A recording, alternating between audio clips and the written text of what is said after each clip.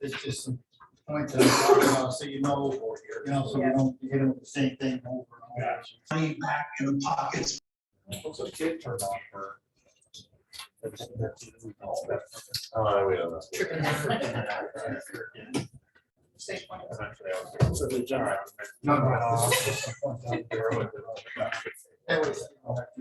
What's that? At my house, I can't turn on the kettle and the Yeah, I've toaster been at the doing same this time, so I'm very. 14 years. Must be Anna. You guys need to come down on, they're usually boring. First of all. Yes.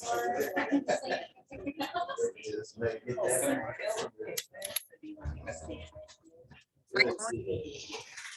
that. Okay. I could walk home. Well, I could too. Well, anyway, I guess.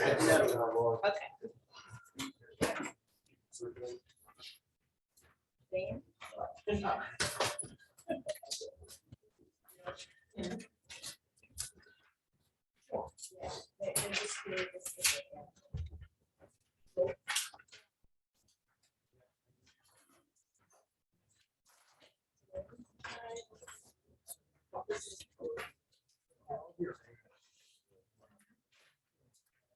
I'd like to call to order the Milan Township Planning Commission workshop for March 24th, 2022.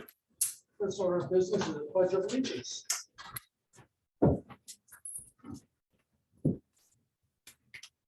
I Pledge allegiance to the flag of the United States of America and to the republic for which it stands, one nation, under God, indivisible, with liberty and justice for all. Everybody is here. It's 7 o'clock. I'm present. I handed out the meeting minutes from March 8th. We also sent them to you earlier today, so hopefully you have a chance to look them over.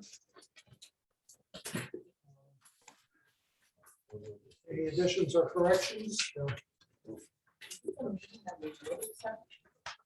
Workshop? It's a workshop. I'm not sure whether we would or not, but I'll have to see if there's any- yeah, since we are meeting.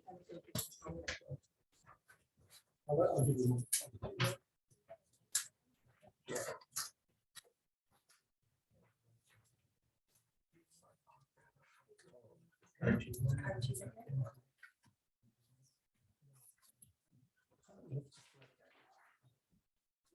Let's concentrate on this. Keep that for another day. Yes. Any additions or corrections to the meeting minutes from March 8th? There are motion to approve the meeting minutes. Motion to approve.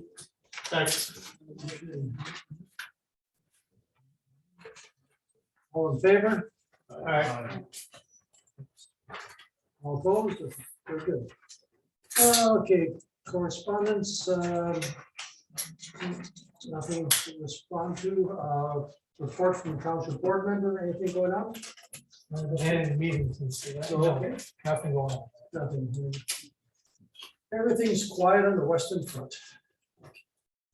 Okay, this is a workshop, which means that it's not a regular planning commission meeting, which means that we cannot pass anything. All we can do is do detail work or whatever. It is an open meeting, and I am going to allow for public comment. I'm going to hope that it's going to be relatively brief because some people that would like to get through this and I mean some go on. Anyway, so okay, so public comment is open. You have 2 minutes to make comments, ask questions, but we will not respond to the questions. We'll write them down and answer them at a later time, either through the course of the evening or some other time. So, is there, I have a comment. Yes, sir. What's your name? Nick Stroud, 11550 Dennison. I put together, we had a group of people, concerned citizens, in my house last weekend. Mhm. And we discussed the ordinance and put together some suggestions for you. The first item, and this is basically, you know, constructive. We're not, you know, sitting here gonna say, yeah, we don't want something. We understand solar's out there.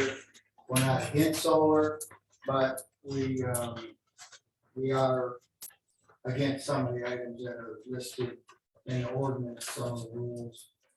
The first one, the setback, this seems to be a real hot topic, 1327G of your ordinance. You guys currently have 50 foot if there's a house adjacent, 75 if no house. We feel it should be 500 foot whether there's a house or not, because your property line is still your property, and everybody, I'm sure, wants to enjoy their own property. So if they want to build someday on a different side of the property, then we think it should be, the property line should be the same as if you have a resident. Mr. Stroud? Yeah. Excuse me. You only have 2 minutes to Yeah. make your comments, okay? That's fine if you don't want to hear these. Well, we'll be discussing, we will discuss it. These are pretty constructive. I yield my- They're much- Yeah, I think multiple of us are willing to let it talk. It was a group of people that come up with it. So anyway, if you look, and we went out and did some driving around to see what these things look like, okay? Mhm. So Sharon and I and Sally drove over Hendershot Road. And we said, what does it look like at 50 feet or 100 feet or who knows? So if you go to A, the picture there will show you what it looks like at 100 feet. And you're going to allow them at 75 if there's no house, and 50 if there is. So this is 100 foot. I don't think anybody wants to have that looking out their window. The people that I talked Yeah, to, but they got trees in front of it. and I see what they're doing. I'd be- Uh, And then on the bottom, that's about 1,000 foot away, so Mhm. it shows you the difference. So, you know, maybe somewhere between 100 and 1,000, but I don't feel, and most of the people here that I talk to don't feel it's 75 or 50. We gotta look at the couple of these houses on Cone Road. It's going right around, the guy's got 2 acres and 3 acres, it's going right around him. It's gonna be like he's in a prison. I would not be happy if this went around and I had 1 acre property. And I went around my whole 1 acre, and I was in the middle of that. I don't think anybody here would be happy. I mean, to be realistic. Okay, so the setbacks are a big contention. Then the screening. The screening, your current plan says 4 foot high trees, 15 foot apart. So I said, let's look at attachment A, that showed you the trees, which you kind of chuckled about. So, you know, nobody is going, I'm 60. And by the way, I just had a clean bill of health from my heart surgery. I got released from cardio rehab. But anyway, I don't think anybody wants to wait for these 4 foot pine trees that you see in this picture to become 20 footers and 30 footers, and they're gonna hide that. I'll be dead. You know, I got trees on my property that I You planted need to be 20 out, years ago. you need to be out in this thing. Well, we could put Miracle Grow on them. I don't think that's. Well, I'm talking about your health. Oh, my health, well, I mean, it's before, most of the people here want these green things, the solar panels hidden with some kind of screen, and these trees are not gonna do it.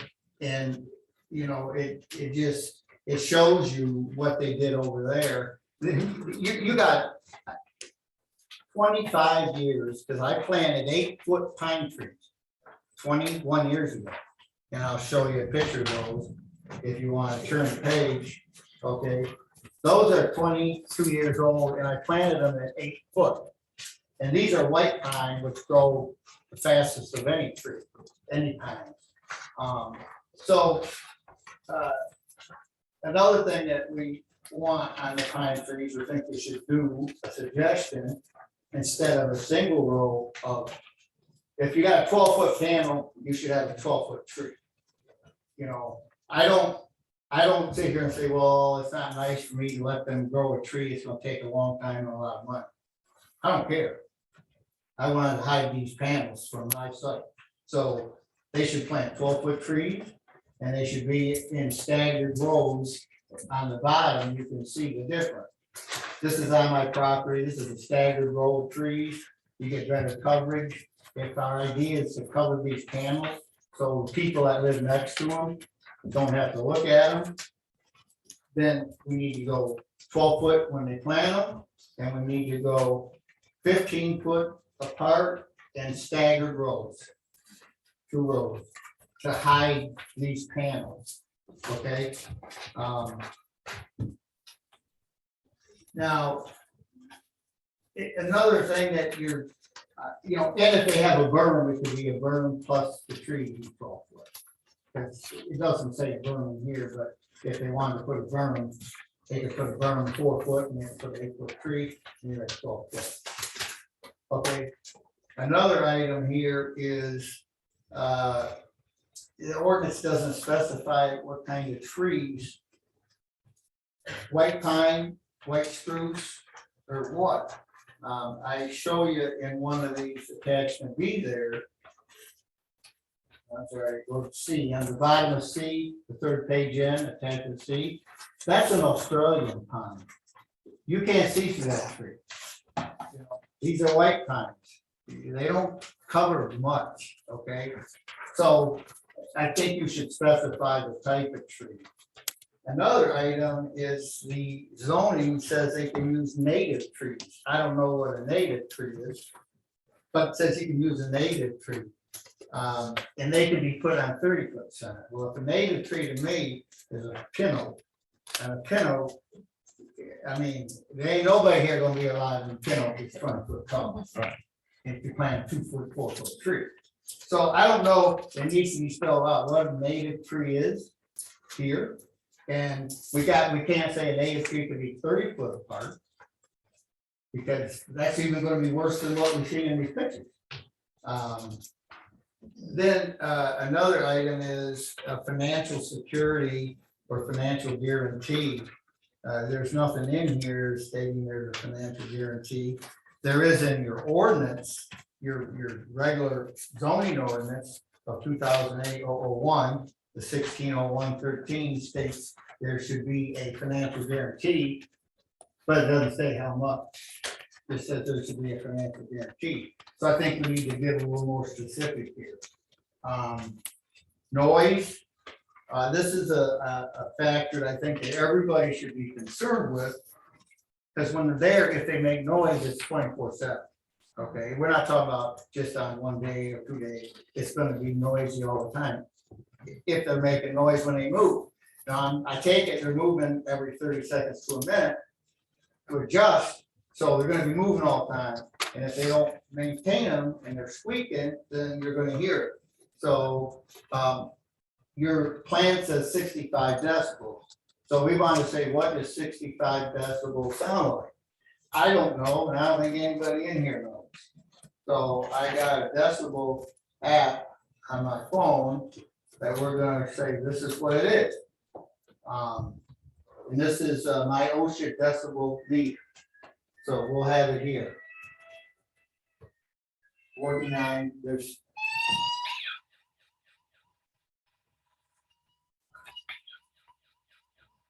that's right around 60. They're around 65. Now that's at your property line, but that's what you're gonna hear. Why don't you wrap it up? I'll give you 2 more minutes and we can wrap it up. Okay. I've already given you. 3 months. Okay, yeah, but these are very important. These are things that were missed in the zone. Okay, another item here is, you don't specify anything on the construction. During construction, is that 24/7? You know, what is that, 365 days a year? There should be a time on it. There should be eight to 6, something, and then there should be some kind of a decibel meter for them. Obviously, it's gonna be more when they're doing the construction, but you know, what is, OSHA says part 680, my OSHA says 90. That's a PDF, so. just put that in there, okay? Lighting, some of these things I can let you read, but lighting is a concern. I don't see lighting on the one in Hendershot, so it might not be an issue, but I think we need to tighten it up, that the light can't leave the boundaries, it's gotta be shined down in their own property. If there is any lighting. Location of the facility, obviously, we all think it should be an industrial and not an A1. Distribution, this is a concern here because your zoning says that they can put it above ground if it's preferable. What's preferable? Well, preferable to them would be put it all above ground, it's cheaper. So we need to get this tightened up to say, no, above ground has to have some, if they have to go above ground for a reason, then what are we gonna do? I see them going above ground if they can't get an easement from John's place to Pete's place. If they're running lines, if you can't go underground on Johnny's home, his property, what are you gonna do? You're gonna go over top. So we need to do something to say, if you're gonna go over, what's the plan? I don't know what that is, I just think it needs to have some specifics. The abandonment and decommissioning, it states in there that you're gonna remove all the materials 42 below grade. What about if it's 60 foot or 60 inches below grade? You gonna leave it in there? I think this just needs cleaned up. It states that the soil will be tested, but it doesn't say for what. So maybe you get something from the Michigan State Extension Office that this is what we test soil for, and this is before, and now this is after. I think there needs to be a bond on it.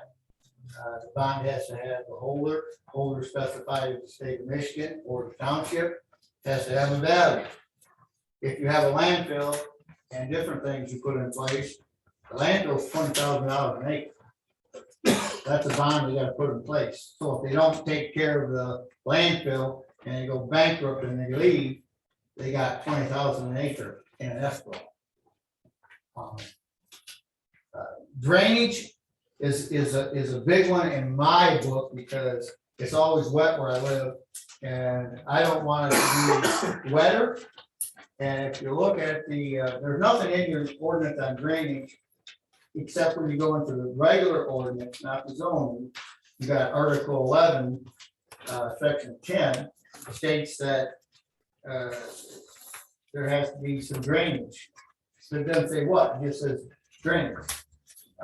So something needs to be addressed. If they go in and bust all the tile with these 6-inch I-beams they're putting in, then what's gonna happen? Well, look at D.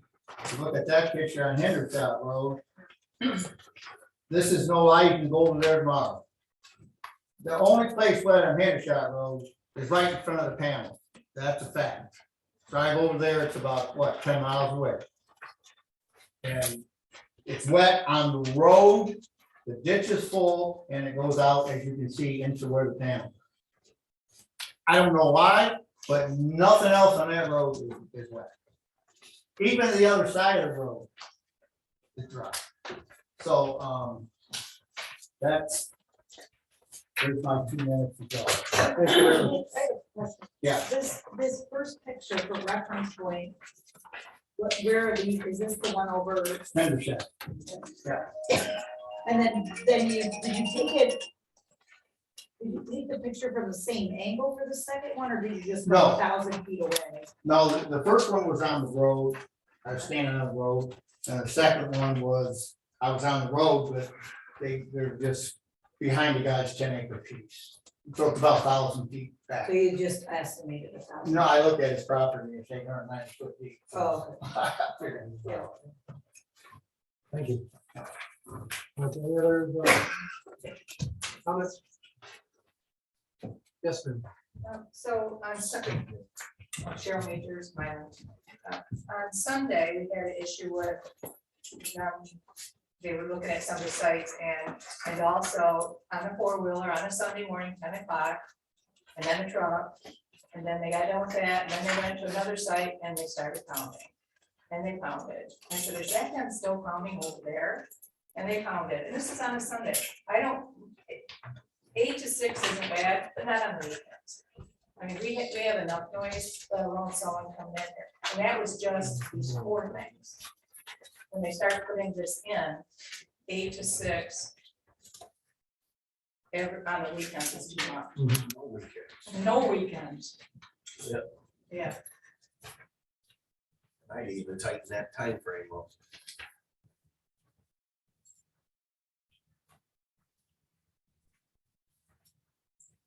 And this is, this is just small, like a four-wheeler. Pretty soon it'll be like the big trucks coming in.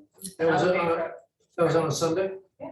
Okay, 10 o'clock. Just this past Sunday. I should have got you pictures, but thank you. I will make inquiries. Anything else? Any other comments? Joe Majors, Mylan, on that same note, on that same day, on the same equipment, which was a small, medium-sized backhoe or excavator in the field, Mhm. they were digging a hole as big as that table. Now, what was that about? I'm not sure, and it's not my land, I guess I shouldn't care. But as they dug this big old hole, whatever they were doing, when that dirt went back into that hole, was that dirt put back in that hole the proper way? I want to know who's observing and making sure that that's being done. And if that's the case, then is that how this whole project is gonna go? And who's gonna be observing and watching every step that's being done? That's what needs to be addressed also. We have to hold them accountable for every step. And these back roads are bad enough as they are. Once we start running these four-wheelers up and down the road, because that's their easy mode of transportation, their big four-wheel drive trucks pulling trailers, and then the semis bringing in supplies, who's gonna take care of that road? Because when they're done, they're gone. And her and I and the mailman and the other person going down the road is who's gonna deal with that. Thank you. Any other comments? Yes, sir. Yes, I got some pictures I'd like to circulate to you guys, just some of the pictures of the field that they plan on trying to use. There's a picture of one of their stakes out in the middle, they're trying to get to it, they need a boat to get to that one.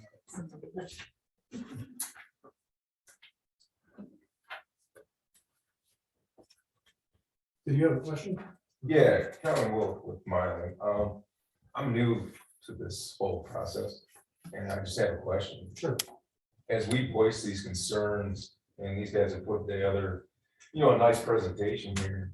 How do we know that these concerns are being addressed? How do we carry them forward? How do we know we're not falling in just deaf ears here? Well, that's what we are here to work on. Mhm. And to, over the next few months, you will see how we handle these concerns and questions and resolve them and try to mitigate the issues. So are we documenting this? Are we following up with this in a timely manner? Are we having a follow-up within the month? And reworking this ordinance so that these things are getting put in there? Because I believe there's a time frame, right? No. No, there's no time frame at which these things have to be done, or how do we know that these concerns, I guess, are gonna get addressed? You'll know by us, by coming to the meetings and see what we do. Okay, That's about all I can say. so we have these meetings monthly, or Well, they're going to be more, if I have my way, it's going to be more often than monthly. But that has to be, we have to decide that. I would strongly suggest that. Any other questions or comments? Okay, good. So Sarah Mills is our guest expert from the University of Michigan. I hear she's here tonight. She's here to help us answer questions that we might have.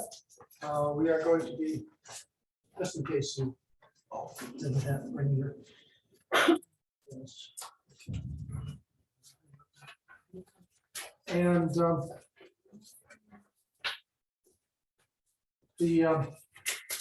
anyway, because as most of you know, in our last meeting, we started to discuss some of these issues and amending the ordinance. And so what I'd like to do is, Sarah, I sent you some of the information, ordinance, and off the top, do you have any comments you'd like to make, or should we just dive into some of the suggested concerns and questions? Yeah, so I've looked over what you sent me. My confession is that I haven't fully memorized your zoning ordinance, like what the current thing is. Well, memorization is not important.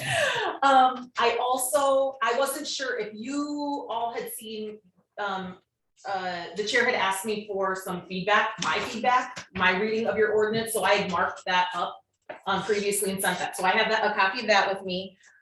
I looked over the questions that were sent, and many of them are also kind of in here. And I also brought along with me a copy of the planning and zoning for solar energy systems. This is the document that I authored with MSU Extension.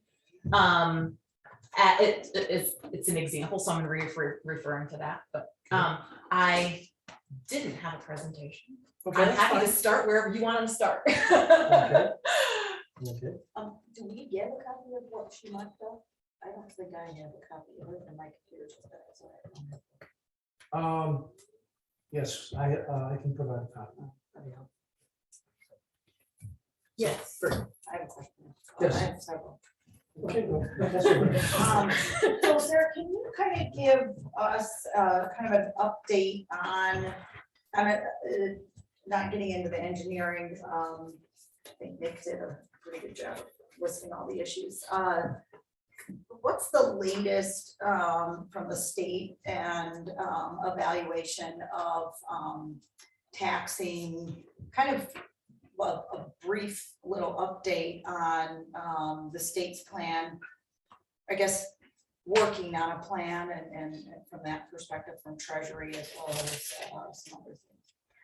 I wish I had more information. My understanding is that there may be a draft in the works. I don't know. Do you want me to provide that? Like, Sorry, I'm just looking at. I understand. Do you want me to provide more background and kind of, does everybody know? Okay, No, no one knows. okay. At least I don't think so. I don't know.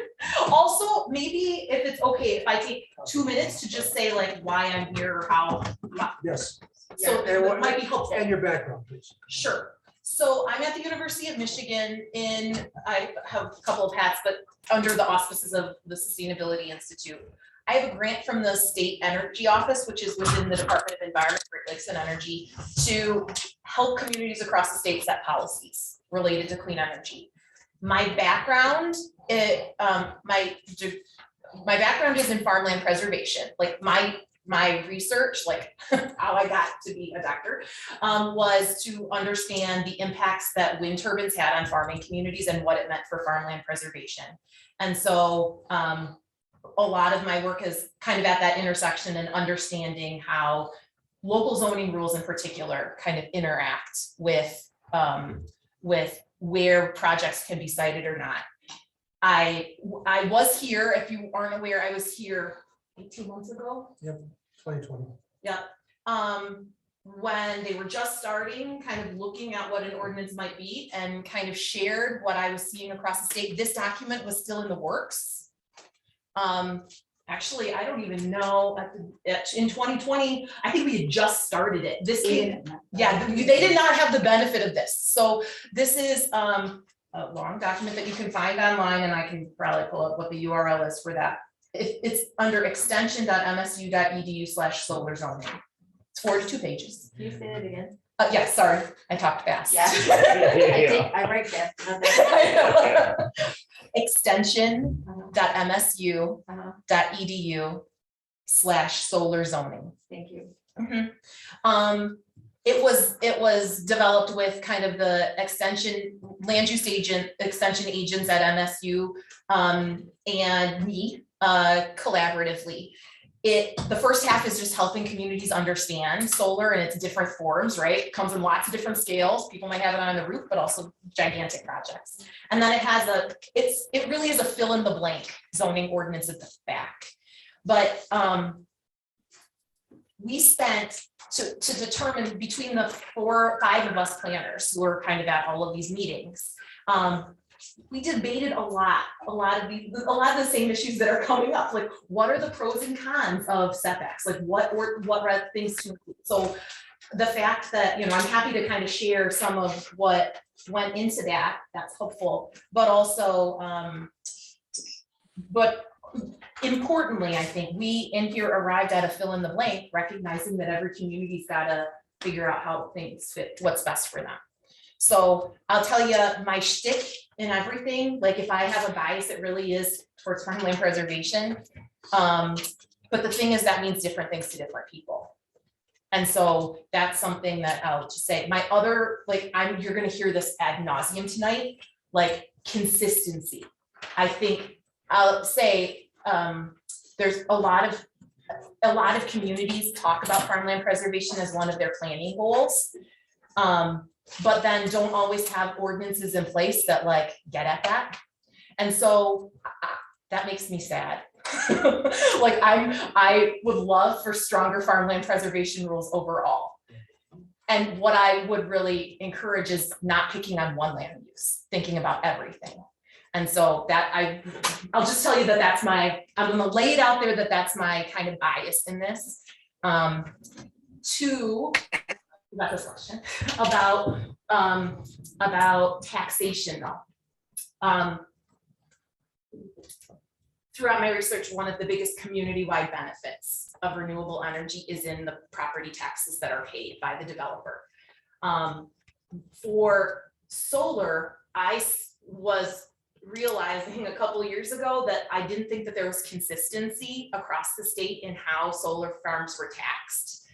And it was kind of understandable because it was a brand new land use. And so I pulled together some information from across the townships that had solar farms and found that the assessors just were using different methodology. And I mean, I don't think it was just me. I think other people are realizing this too. It spurred some, the state tax commission realized oh, we got to sort this out. We got to give assessors better information. At the same time, there's long been kind of challenges with wind, taxation of wind. And so the legislature said well, maybe we want to tax it something differently, tax solar differently. They passed a bill that would have replaced kind of the normal property tax that you and I are used to with instead something where they pay based on how big the solar array is, the megawatts of it. The governor, this happened at the end of 2020 and the governor vetoed it because the sense was that her letter said the Townships Association, Michigan Municipal League, Michigan Association of Counties isn't happy with this. So you got to go back and do better. There was a process within the state tax commission to kind of look at that. I think that some of the only crystal clear odorless spray that kills fungus and helps remove wetness. No problem. I get that a lot. But some of the legislators are also looking at this too, is my understanding. I know it's in the process, but right now there is better guidance from the state tax commission for assessors. But I will continue to say it's unclear. I can't tell you what the number would be, what the tax revenues would be, because and I don't think that anybody can tell you with a straight face, because that is something that's still being changed. So follow up on that then, is there some kind of doc, and I apologize if we didn't get a chance to look at that beforehand, but I doubt it's in there. Is there kind of a recommendations for locals, or is there kind of, do we have some leeway or mechanisms to, when you tax industrial, it tends to be taxed at a rate that as the industrial property starts to Depreciate. Thank you. Yep. Depreciate, that the tax Yep. goes down. Are there opportunities? Could you put into the ordinance that you would be taxed at a flat rate for 30 years? So And you may not know this. I was gonna say, I'm not a tax attorney, but let me tell you what I've seen, and it kind of. That's what I was asking, Yeah, if you've seen that. yeah, so my understanding is that that's not, that requiring it of taxes, the state law sets out what you can tax and what you can't. So having it as a tax, I don't think that you can do that. Having it another mechanism, having a community benefits agreement, I think that is something that is possible, that I've seen a lot of times it's done on a voluntary basis. I've never seen it tied to the zoning. I've never seen it required. The other thing that I just want to point out is that I think in the current system, the way that solar panels are taxed is as equipment, it's personal property, so it does go down over time. One of the good things I think in this legislation that's being discussed is that it's flat over time.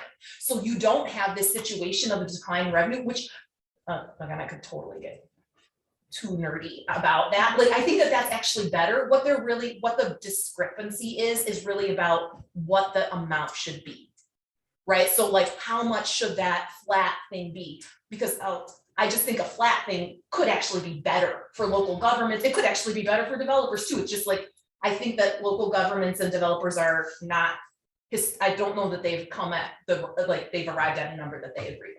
And you mean at the top end, so like the original value of the solar? Okay. Yeah, well, in the legislation that was vetoed, which I would imagine is gonna make its way back up, it was, from the get-go, it says, I think that the first one was like $3,500 per megawatt per year, right? And so in the current tax structure, that's a lot less than you would get in year 1.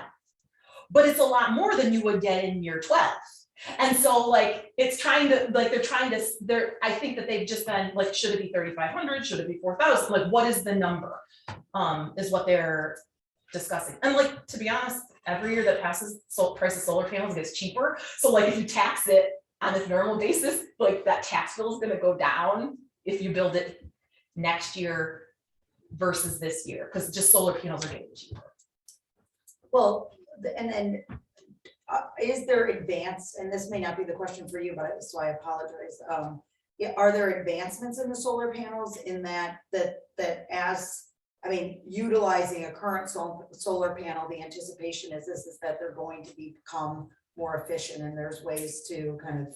And they're yes, right, absolutely. And so the there's a calculator on our website that I had a student build that takes into account like what the cost is for solar panels today, what it is, what the Department of Energy is projecting it to be 10 years from now. Like, yeah, the technology, it's changed dramatically over the last 10 years. And this is why it's surprised everybody how much development there is.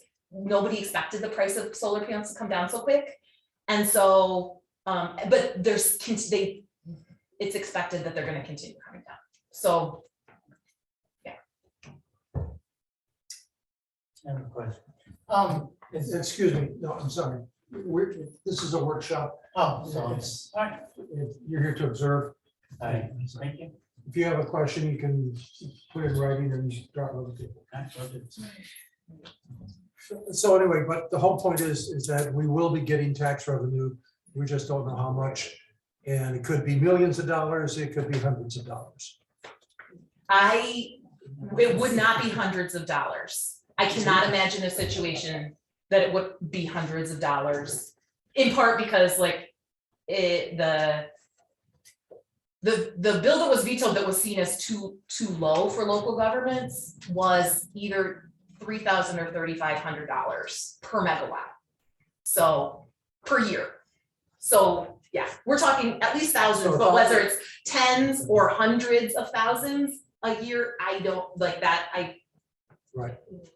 And honestly, I mean, at this, I held a workshop to try to understand the solar taxation, and some solar developers said they need to understand what their tax bills are gonna be too. And under the old system, before the state tax commission clarified it, they were getting accountants giving them 3 different answers that were off by like a level of negative. So like, it's great, the state tax commission has solved that now, so there's a better understanding, but I should just say, like, there is stuff working its way, and I don't know what it'll be. So we expect to have a reasonably nice tax benefit from this.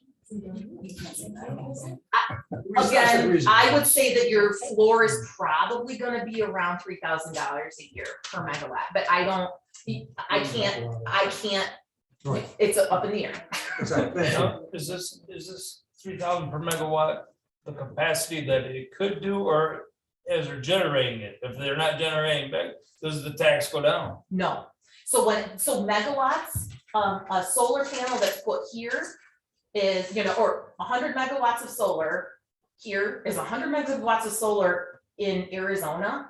It's megawatt hours, that's the generation. And here, the solar panels here cost the same as they do in Arizona, right? It's taxed on the value. So it doesn't make a difference if it never makes any electricity, they're still gonna have to pay taxes. Okay.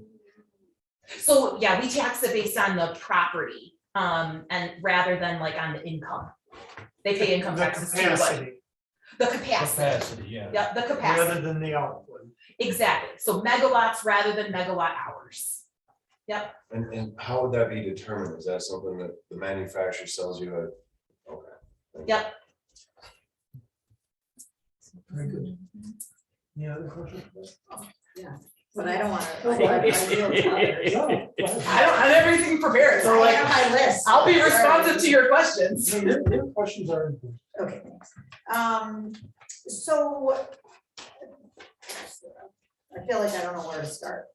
I'll just go with my big home. Well, there's a couple, but you and I talked about this a little bit. I think when I called you a couple of weeks ago, just to run something by you about community benefit. And I'm just curious, so I've done a little bit of looking into like what New York State did. A little, it looks like Rhode Island has been starting to, really the East Coast, you're starting to see a lot more of this kind of community benefit related to everything. So whether it's dumps, whether it's solar, whether it's wind and other things.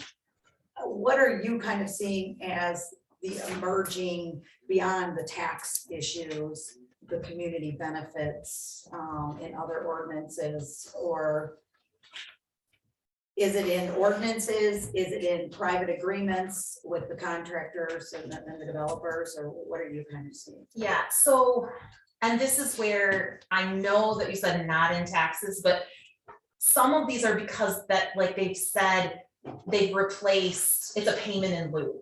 Like, rather than when the state sets out not just how you tax something, but what that revenue can go towards, right? Like, there's only so many, like, there's certain things that the township is allowed to spend its money on.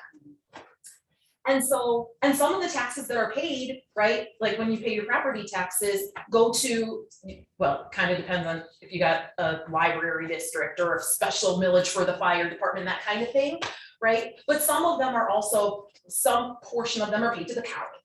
So what some states do is say, we're gonna make it 0 taxes, and instead, we're gonna replace it with this either a negotiation, kind of a negotiated community benefits agreement, or one that is kind of set, that says like for every megawatt of solar, like this is how much money would go into a fund. And it gives then the community members more flexibility. Cause I'm gonna tell you, like, I know a lot on the inside. One of the things that my research has found is that like when developers are paying a lot of money to local governments in taxes, the township supervisor knows that, everybody on the board knows that, because they know what their budget is, but not every, like, the average person in that community doesn't know what it costs to maintain a mile of road, right? Or to, you know, do dust mitigation. And so it's kind of hidden. And so that's why some would do say like, let's not just put it in the township coffers, like let's do something else. So some of those places that you're talking about are kind of replacement instead. But like I said, even in the state of Michigan, this is the case where it's not uncommon for developers to have agreements with, I usually my experience, and I haven't delved into this super closely, but not so much with the local government as much as like a voluntary agreement. I have on my list, like, to look into what the situation is with dumps. Like, there are community benefits, sometimes community benefits, things that associated with like a landfill. And I don't know, I'm imagining that if it's allowed for that, it could apply here. I don't know. So, from a property value standpoint and evaluation of property values, the developer had commissioned a study that's been distributed around here. Is there, and you know, I think a few of us have talked to some real estate agents and, you know, just kind of getting a sense of it. What's your sense of solar impact on property values in rural communities? And I know that that's a super loaded question. So, there are, one of the challenges that's happened is that most of the big solar projects that we're talking about, like, they haven't been in places like this. This is relatively new for this part of the country. So like a lot of the rural studies that would be done on projects of this size would be from Arizona. Right? And actually there haven't been really enough of them to start capturing them across the country. There's property value studies that tend to be on smaller projects. So there's work underway right now at Lawrence Berkeley National Lab to try to understand that nationwide. It's underway. There's a couple studies that are finding like no impacts. There's a couple studies from the East Coast that are finding some impacts, but it's like limited to suburban communities, right? I don't like what that would like. I don't think that any of them are great comps for here. What I would say, this is Sarah, like, Yeah. because this is what this is what some of that research finds on, again, this is not wind turbines, people, but that's what I know. So I think it depends on like how much aesthetics are valued into the property. So in a place, and this is also about how communities respond. Where a place like where it's really about how productive the land is, right? Yeah, how productive the land is, I think, is the primary one. Like I can't imagine that it would have a huge impact. That's my guess, and that's what we find from wind turbines. Like actually, most of the stuff on wind turbines is that there's little to no impact on property values. But a lot of it's with the wind development is in Iowa, right? And there's not tons of houses. A lot of that land is based on productive value. In places where it would be more based on you buying into a view, like that's what the property value is about. I could imagine that's my guess before that research comes out. You had mentioned last time that there was maybe, if I recall, there was going to be some possible economic impact on rural communities. If I recall, there was like Ohio State. I may be imagining that. So There was some work because there was kind of talking about when you take the land out of production, that there's an economic, we're not taking into account the economic impact down the supply chain. Yeah. you know, to the grain elevator or something, we kind of, you know, there was like a little bit of. That's what, that subject, or that thing got funded, that project got funded. So, I'm working with, an economist at Michigan State, a researcher at Loyola, there's another one at Iowa State. And right now, this summer, we're going to be doing interviews with farmers, with solar leaseholders, to understand how they're using the revenue that they receive, because the colleague at Michigan State's already done like what happens when you don't plant 1,200 acres in corn, right? It has an impact, an incremental impact, but it has an impact on, you know, how many tractors you're selling, how much business the grain elevator is doing, and that kind of thing. And so what we're trying to understand is there anything else that replaces that? Like, do the landowner payments actually replace it? And because that's what that's my version of farmland preservation, like thinking about farming communities. I want to know, honestly, are people retiring to Florida, which I do not begrudge them retiring to Florida at all, but it's different, like that economic impact on the community is different. So I want to study the places where they're like farming areas where there's that. So we won't have that data until the end of this calendar year. But and it's also looking at that, also there's a different taxable value, right? So the taxable value is going to go up from the solar, but we're looking at 6 states across the Midwest. So there's nothing. One of them. Or? Michigan is one of them. Okay. Yeah. Diving into a somewhat of a controversial issue, and kind of maybe, I don't know how much background you have on it, so just, you know, tap out. Okay. PA 116 land. So, you know, I've looked up, and I think we were provided at some point, MDR Director McDonald's directive saying that PA 116 land could be used for solar, and then what happens from that perspective. What's kind of the general for the farmland preservation community? You know, I ended up talking to someone who was one of the original writers of PA 116, and to say they flipped out was kind of, there was a lot of reaction, is what I would say, but I don't have any kind of basis for it. Is this kind of what's your take on it, or your kind of evaluation of where that's gonna go? Sorry. Need to make sure that I'm stopping. We could go for hours. So here's the thing. Farmland preservation means lots of different things, right? And I think that even within that program, people have different ideas about what PA 116 means by farmland preservation. And you mean within the program, the people that work at the department? Exactly. I think just I think every county's. Every place is a little bit different.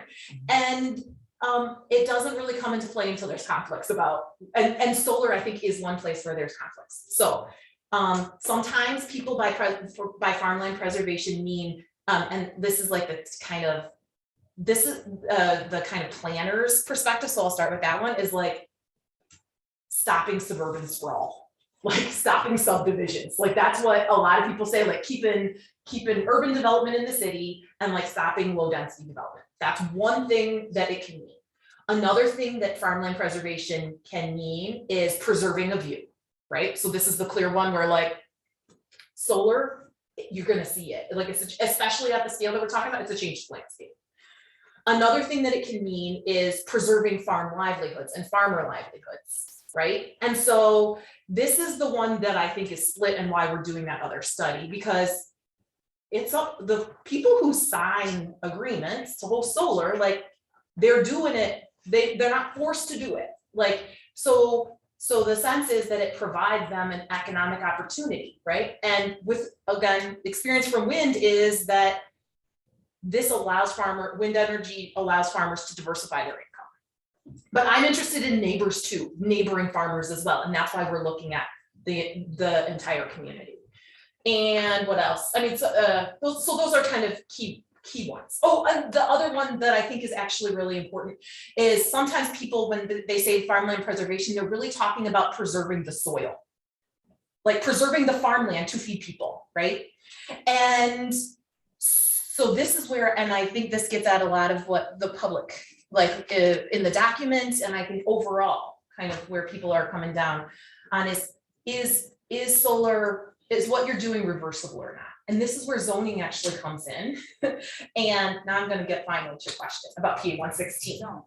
My sense is that it suggested that solar isn't, that it's an economic opportunity for farmers. But the agreement was put in, like the requirements, if you have your land in PA 116 and you want to host solar, the things that are required help ensure that it's effectively a short-term land use and that land can be farmed again. So it's, you know, giving farmers another opportunity now, but making sure that that land is available for future.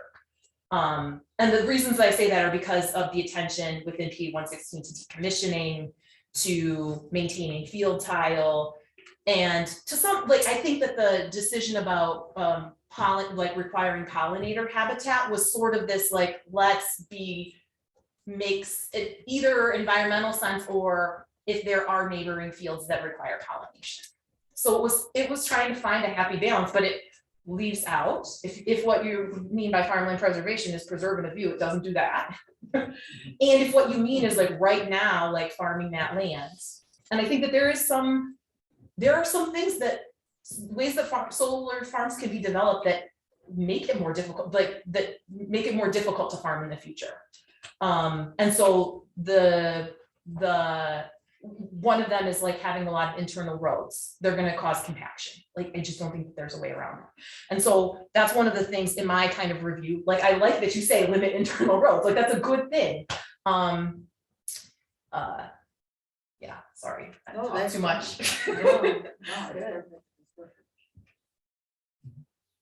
Things we need to know. I have questions. Yes. You talked earlier about community benefits agreements. Do you have any suggestions of where we can get examples of that? You had alluded to the East Coast. Yeah. I'd like to check that out. Okay, the other one is I had, I'm gonna write myself a note. A couple years ago, I had a group of students dig into the community benefits agreements in Michigan for wind to help think of, they were working with a group up in kind of the Traverse City area to think about how that might apply to solar. So that might actually, there's some good Michigan examples, and there's also agreement or examples from other places. So I'll dig that up for you. Thank you. Follow up, how do those conversations usually start? Is that something the developer kind of brings to the table as a goodwill gesture? Or is that something that the governing body can request? That's a good question too, and I haven't studied them in depth. I think it's often I don't know. I don't know. I mean, there's nothing requiring it. So to date, right, like it's been, these have, like, if there's donations made, like it's there's nothing requiring it. Yeah. Yeah.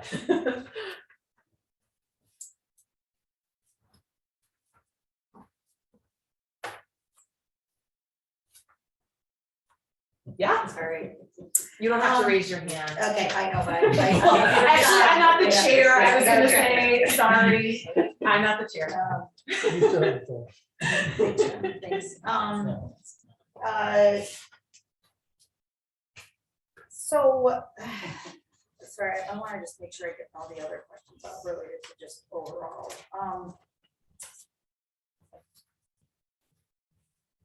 One of the things, so I wanted to get into the like setbacks and then screening and some other stuff, and again, it may already be in some of these things, but one of the items we were talking about, and you saw next presentation is, and it's kind of difficult. Well, not difficult. You know, we don't have a site plan, so we don't know exactly what possibly with this project, what they're thinking. I think our ordinance probably needs some evaluation and tightening on some of that, because I agree that 4-foot trees are, it takes a while. But one of the things we talked about is working with like the Monroe County Conservation District to do evaluation of land, kind of that the company would have to enter into an agreement with them to put necessary screening, and that necessary screening would have to meet these types of requirements. Is that something with solar that is it usually just up to the individual developer, or what are there some collaborative efforts? I know the PA, reading through the PA 116, we really talked about pollinators.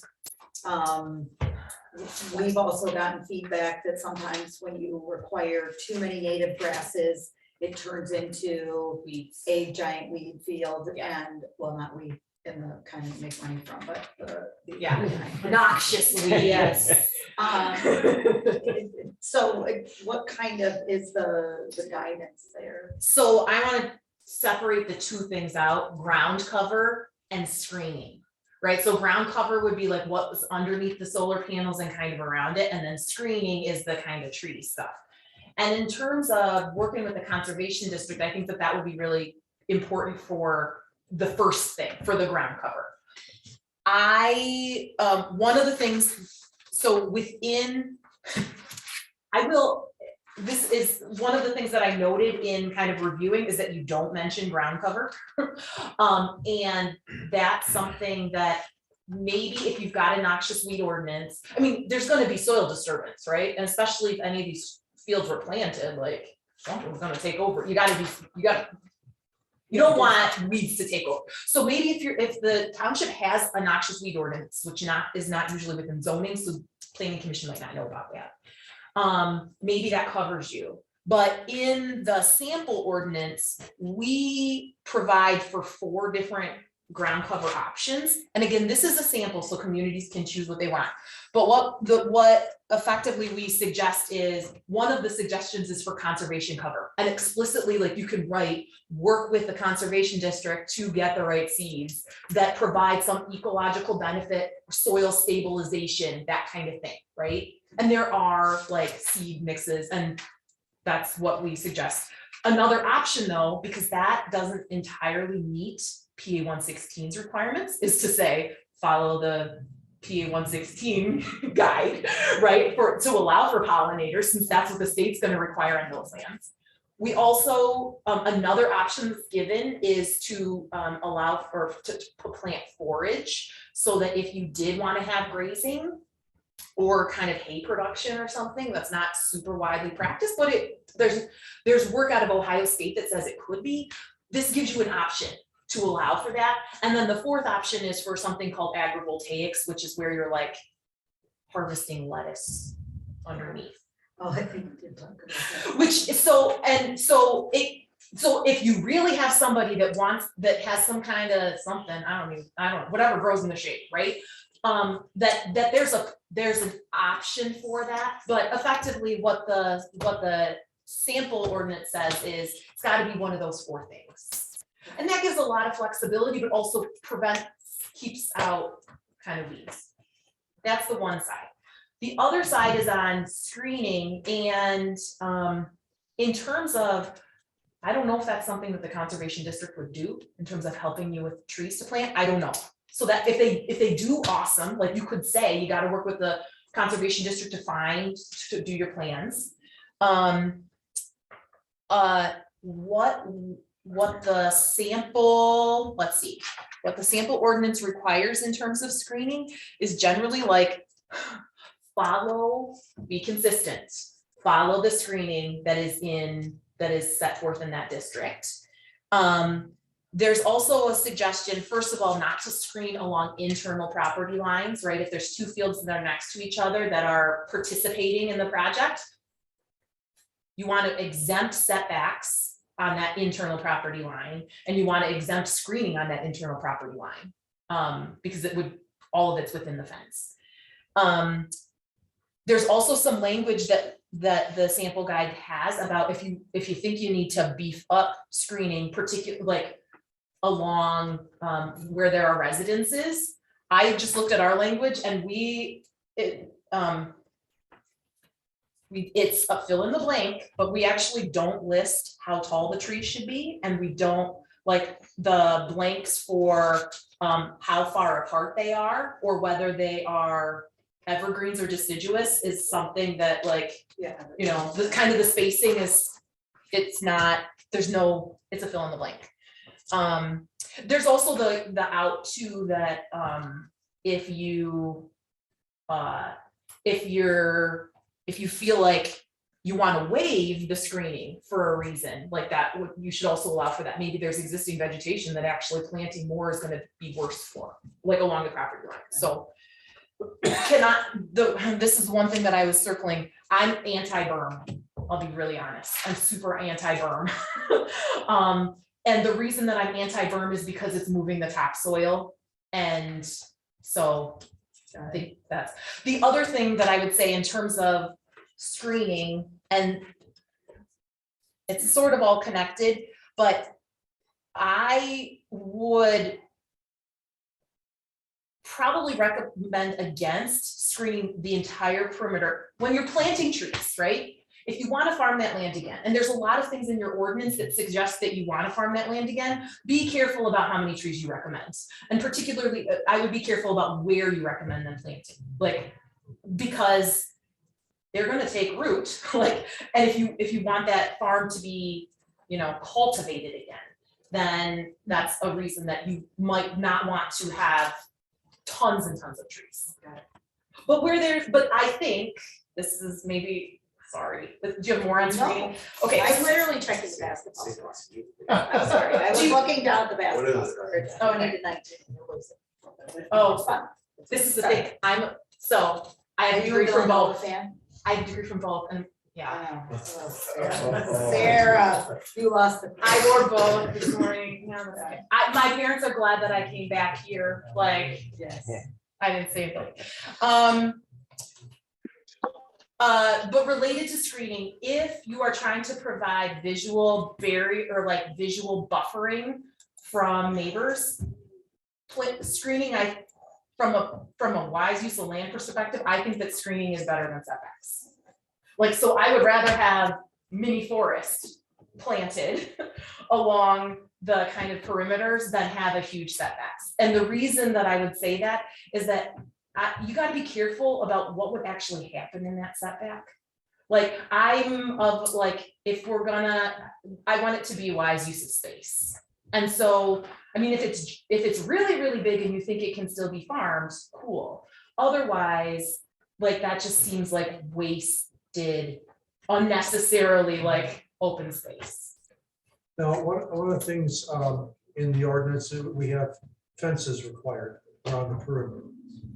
And we're basically talking a 7-foot fence, chain link fence, possibly like 50% okay. So that in itself will not be a complete screen, but it would provide some kind of a screening barrier.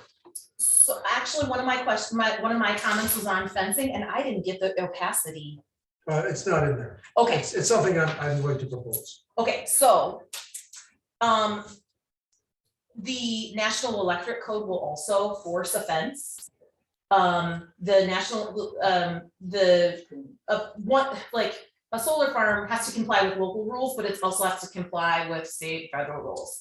And the National Electric Code is what guides that development. So the current version requires either a 6-foot fence with 3 lines of barbed wire or a 7-foot tall fence. That's why I say 7 foot. Exactly. And so that was one of my comments, like, I think you might, if you don't want barbed wire, say no barbed wire, because who wants barbed? Sorry, it's up to your community if you want barbed wire. I think, but Nobody wants barbed wire in this room. all right. The other thing that I would just say is that there are some solar farms that chain link there are some solar farms that are farther up north. The one in Shiawassee County uses 8-foot like field fence, deer fence. It with, you know, kind of posts. I feel like that blends in a lot better than what a chain link fence Okay. would. I think you could, what I don't know about, I would imagine that 50% opacity fence, like if it's a wooden fence or something, might work. I'm not saying as the end all or just, you know, that only that. Yeah. I'm just saying that might help to, It could provide a barrier, you know, if that's what you want to require along particular property lines, yeah. Again, so on the fencing, this is one where like you want to be careful that you are not prohibiting something that somebody else is requiring, like that the National Electric Code requires. And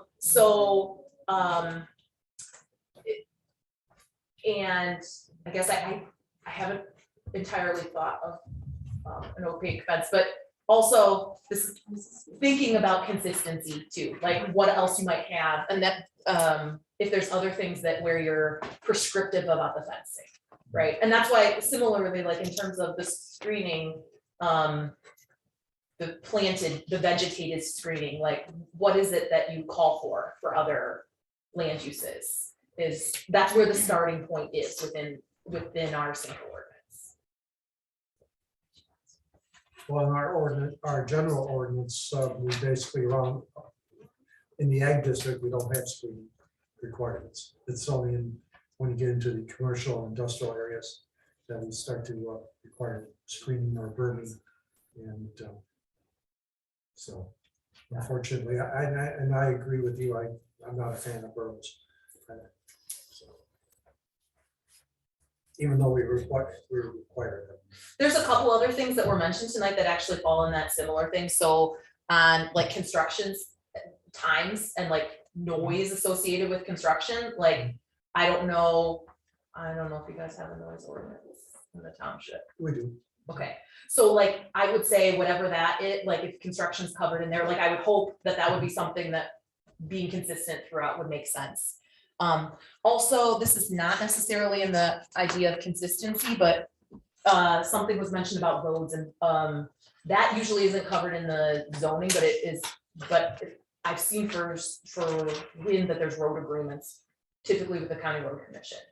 So like road use agreements. Right. Well, that's something that we do have in our ordinance about roads, but also that would be also covered under the special use approval requirement, which is basically a contract. You know, a special use approval is a contract between the township and the developer that with certain stipulations and requirements that for them to be granted that approval. And obviously that's something that could be addressed at that time. It's so, but we do have roads in here. When you mention road agreements, are you talking about during the construction phase or in perpetuity for the duration of it? It's well, for wind in particular during the construction phase, and that's what you really need to worry about. Like, I mean, the maintenance is mowing the grass. Well, in our ordinance, the current ordinance, it says any material damages to the public roads located within the township resulting from the construction, maintenance, or operation shall be repaired at the applicant's expense. And then there's- Oh, I see that. That's you. Yes. Okay, yeah, so you're covered. But Super. yes, what are you? Under letter U, yeah.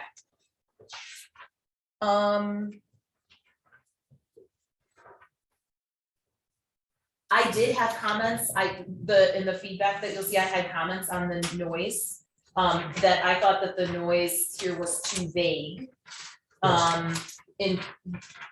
So that you need to specify whether whether that's an instantaneous measurement or it's a like average measurement. If it's an instantaneous, like, you know, the one-time blip, then 65 seems like okay. If it's an average thing, it needs to be much less than that, because like that could be problematic.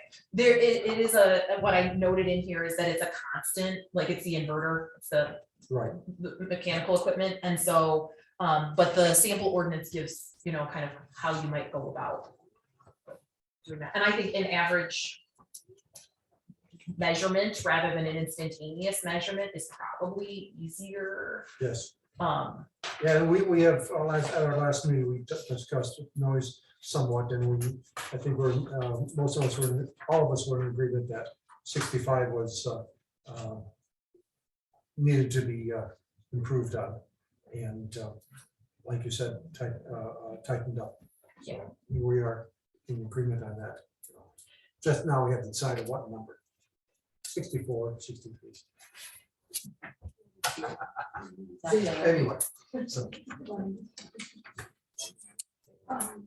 Sarah, glare, and it's regularly brought up about when we have a glare ordinance outside of this ordinance, and we've talked about incorporating it into here. Is there anything in that sample ordinance regarding glare? Okay. no, because it like the measurement of glare is kind of hard. Like glare is one of those things that you know it when you see it.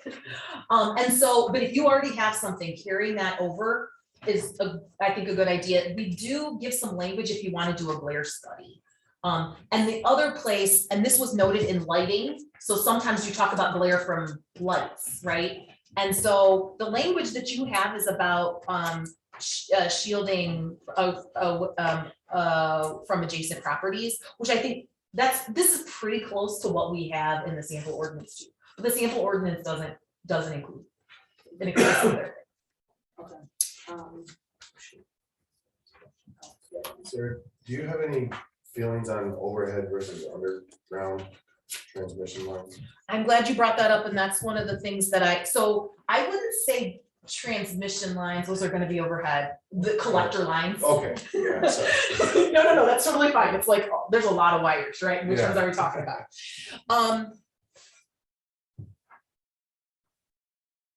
On the one hand, like having them overground can prevent like another thing, just if you, again, because you have provisions in your ordinance about maintaining, that suggest you want to maintain the farmability of that. Like, let's not dig any more than we need to, like there's some benefits of that. But the concern is about visual clutter, honestly.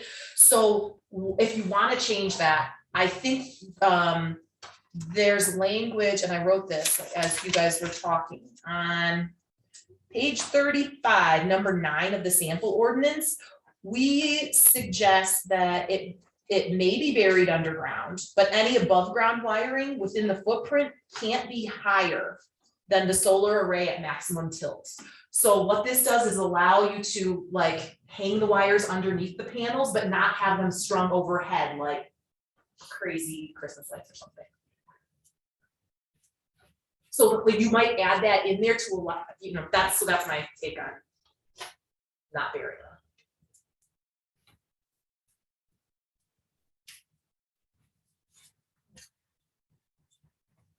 It'll come back to you. Maybe. Oh, yes, there's 3 now, questions, sorry. So, I know, the surety bonds, kind of the bonds, the different things, what else is there in here? escrow. Thank you. Mhm. Does that sample ordinance kind of get into that? And Go ahead. does it offer amounts and things? I see that Nick and his group have some additional recommendations here for decommissioning and such, but by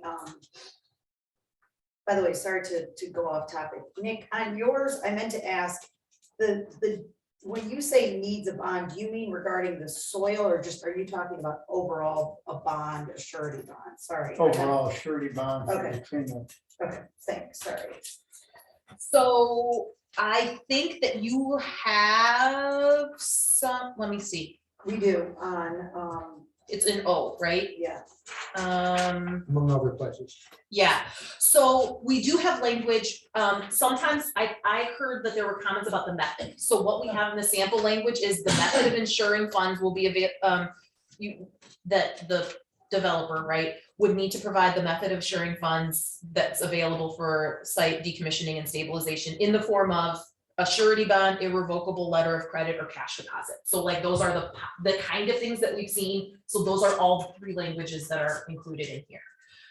The other thing though, and this was one of my And is comments, that for decommissioning? that's for decommissioning Okay. specifically. Knowing also that if there's land in PA 116, the state's gonna require that too. So sometimes, and I think what we suggest in the sample language is taking out the amount that is paid to the state, that is put in the bond with the state, so that it's not, you're not bonding for the removal of the equipment twice. If that makes sense. Yeah.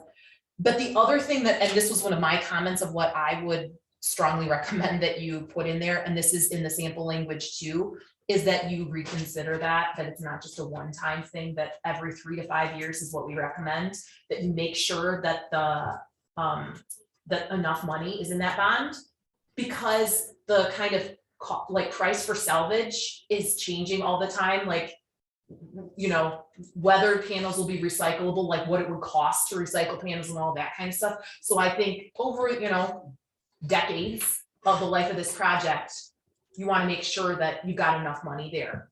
Point of clarification. How would we go about doing that? So the language that we have is, if you put it on the developer, that every 3 to 5 years for the life of the project, they need to have an external body determine what the salvage value is, and then report back to planning commission, and it would be approved by planning commission. Like, When you say external body, I mean, is that something? it's an that we could- engineer. Okay, that we could write in where we could choose that person, or? You could totally write that in, yeah. Yep. But yeah, you put the cost on them, and you know, it could be somebody that you agree to. Which we already have, Yep. as well as we already have in that, to review it every 3 years. The other, I think, let me look at my comments. Oh, I'll just point out, one of the conversations that this in the sample ordinance, we don't specify that everything has to be removed. In part because from the experience that we had with wind, sometimes farmers want to keep some of the access roads, or they want to keep some of the fencing.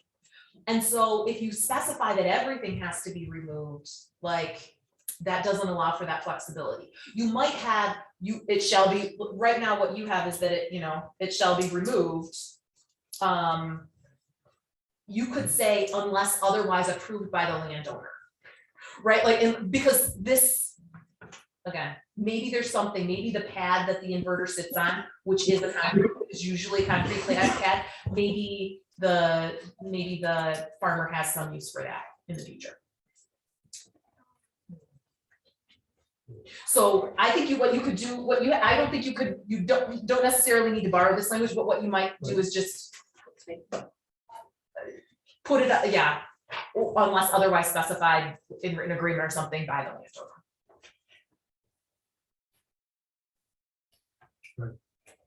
That's electrical. I have notes on signage just because there's been a bunch of lawsuits, so about content neutrality on signs. So you might just. Content neutrality?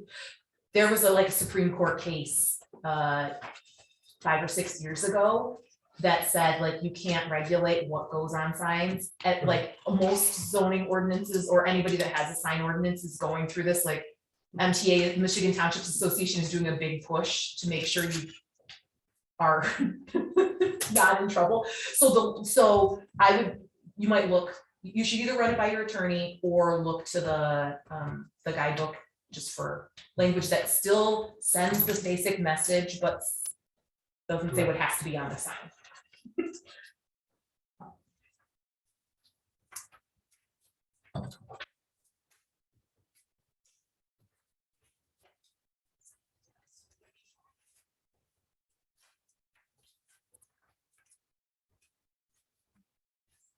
I know. Yes. So Sarah, one of the things that we kind of debated and not so much debated, but, how does,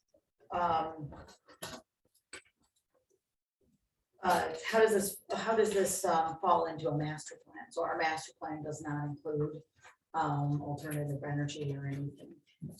What are you kind of seeing from other communities on updating master plans in the middle, before, kind of how does that play into what you're experiencing? So, I would, what I say to everybody is like, it's best, like zoning is supposed to be based on a plan, right? But a lot of people don't want to open up their whole plan to it.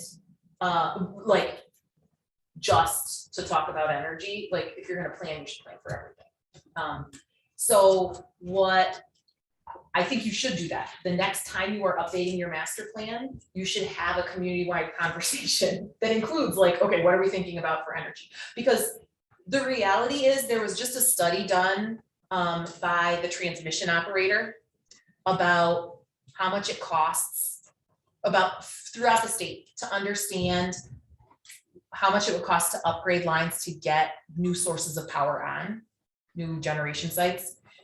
And there is a swath from Monroe all the way kind of across to Holland area that is like some of the lines are in the best condition.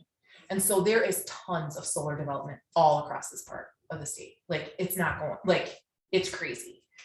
So Excuse me, where was that again? from Monroe. Yeah. All the way kind of across to Holland. Okay. And it's kind of connecting the nuclear plant that's over here to the coal plant and the nuclear plant in Monroe. Like this is like one of the big trunk lines. And this is, so what this means is that the wires are like, the developers just generally don't have to pay as much to upgrade the wires. Like the wires are ready for this power. As is right now. And so that's among the reasons that like this map came out in December. And like, I know you guys were already talking about this, but like, this is why this is a conversation in Bedford and right, like, and in Raisinville and, you know, everywhere. That's among the reasons, because previously developers had to like guess where there might be room on the wires. Now they kind of know. So they still have to pay, don't get me wrong, but this is a good indication of like how much connecting in there will be. So what I'm saying is like, it makes a whole lot of sense in your master planning to consider energy in the future. It doesn't, and I can send you the slide, but I also suggest that like, if you already have a master plan, you can think about how solar fits with your existing goals. And that's why I went over the farmland preservation stuff, right? Like my guess is that farmland preservation is probably one of your goals. But what part of farmland preservation are you talking about? Like that's one of the things that you kind of need to sort, you know, that you would want to think about. My sense is that and what I said is in, your ordinance suggests to me that you think this is a compatible use, presumably as a, you know, in agricultural areas, presumably as another way to diversify farm income. Like that's my read of your ordinance. Just it's reading between the lines, right? But that it's an ordinance that allows for solar development, like, and a lot of it with few kind of limitations, and it's kind of pushing, making like not requiring huge setbacks. So this is the sense of like, if we're going to put it here, like, let's concentrate it. So, but yeah, you should certainly do additional planning on it, in part because it's not going to go anywhere. And I don't know if you also have an ordinance for rooftop solar, but you should, just so that people, if they want solar on their garage or, you know, their barn, or if they want it in their yard, this is something that's gotten contentious in other places, right? Ground mounted solar in their yard to power their own houses, like where's that allowed? So that's something that you would want to consider, you know, in your planning. I know that this was sort of like, you got to do it because like you have to, yeah, but that's. Well, one of the things that has been voiced is the concern that right now this developer is looking at 1,000 acres. And maybe another developer decides to come in and he wants to put in another 1,000 acres. Mhm. Because we got nice lots of flat land here. And then a third guy wants to come in and so forth. And so the concern is that, well, we could be, you know, all of a sudden inundated with solar developers or wind developers or whatever, and which we may, you know, which nobody wants. You know, so have you run across concerns like that? Yes, a lot, right? Like, so I think that's something that within your plan, so that you can articulate, you know. I haven't seen great examples of like how within your zoning ordinance, and this is the other tricky thing, right? Like the zoning ordinance is the law. The plan is the policy, like guiding document, but plans, like you have to translate them into your zoning. Like it's not the other way around, like you have to translate them into your zoning. So articulating that is in your plan is important. Also, I would say, I tell everybody, zoning document is a living document. Once something, I'm not a lawyer, but I sit on planning commission, right? So like I get legal advice sometimes. Once a plan is before you, you can't change the rules of the game. Site plan, thank you. Like, is before you can't change the rules of the game, but it doesn't mean that you can't change it for the next project, right? And so if it's not getting you what you want, or you feel like this is how planning is supposed to work. You feel like you got enough residential, okay, we're gonna change the rules and make it so that we don't allow more residential, right? Like you feel like you got enough energy, okay, we're gonna change the rules and make, like in our planning, we're gonna decide that and make it so that we got enough energy, like enough of our landscape that's dedicated to this, or enough of our farms that have diversified income, right? So, but I think I would go back to, within that planning, it's thinking about what is this land about, but also like, what is our community about? Like, often those plans include, you know, kind of what your economic plan is for the future. So. Well, that almost alludes to the situation where you would possibly put a renewable energy project in its own planned development district. I have a meeting set up in a couple weeks to like think through with some other planners about whether you might have some, but yes, tools like that. Either its own district or like an overlay district. Right. Because I get it. I get that, you know, you look at your zoning map, like there's a lot of AG1, right? And so while, you know, I get the idea, and as a farmland preservation person, like, I mean, 1,000 acres, I'm not gonna undercut it, but I like that there's lots more land in CRP, right? Once we start talking like multiple 1,000-acre projects, like that's I get that. And so this is where like saying, listen, this is something that we think is okay in ag, but it really makes the most sense around our existing substations, right? Or this particular part of the township. I think that I haven't fully, that's kind of it's like a tool that hasn't really been used. And so I'm saying that with like lots of caveats that I haven't thought through, like all of the unintended consequences of that, but I get it. But this is also why I would say, and like you've seen this in other places too, with wind turbines, some communities that like say, okay, we've gotten all the wind development that we need, we're gonna change the zoning ordinance. Like, because our plan suggests that like, this is enough for us. So we're gonna change our zoning ordinance. So, yeah. Right.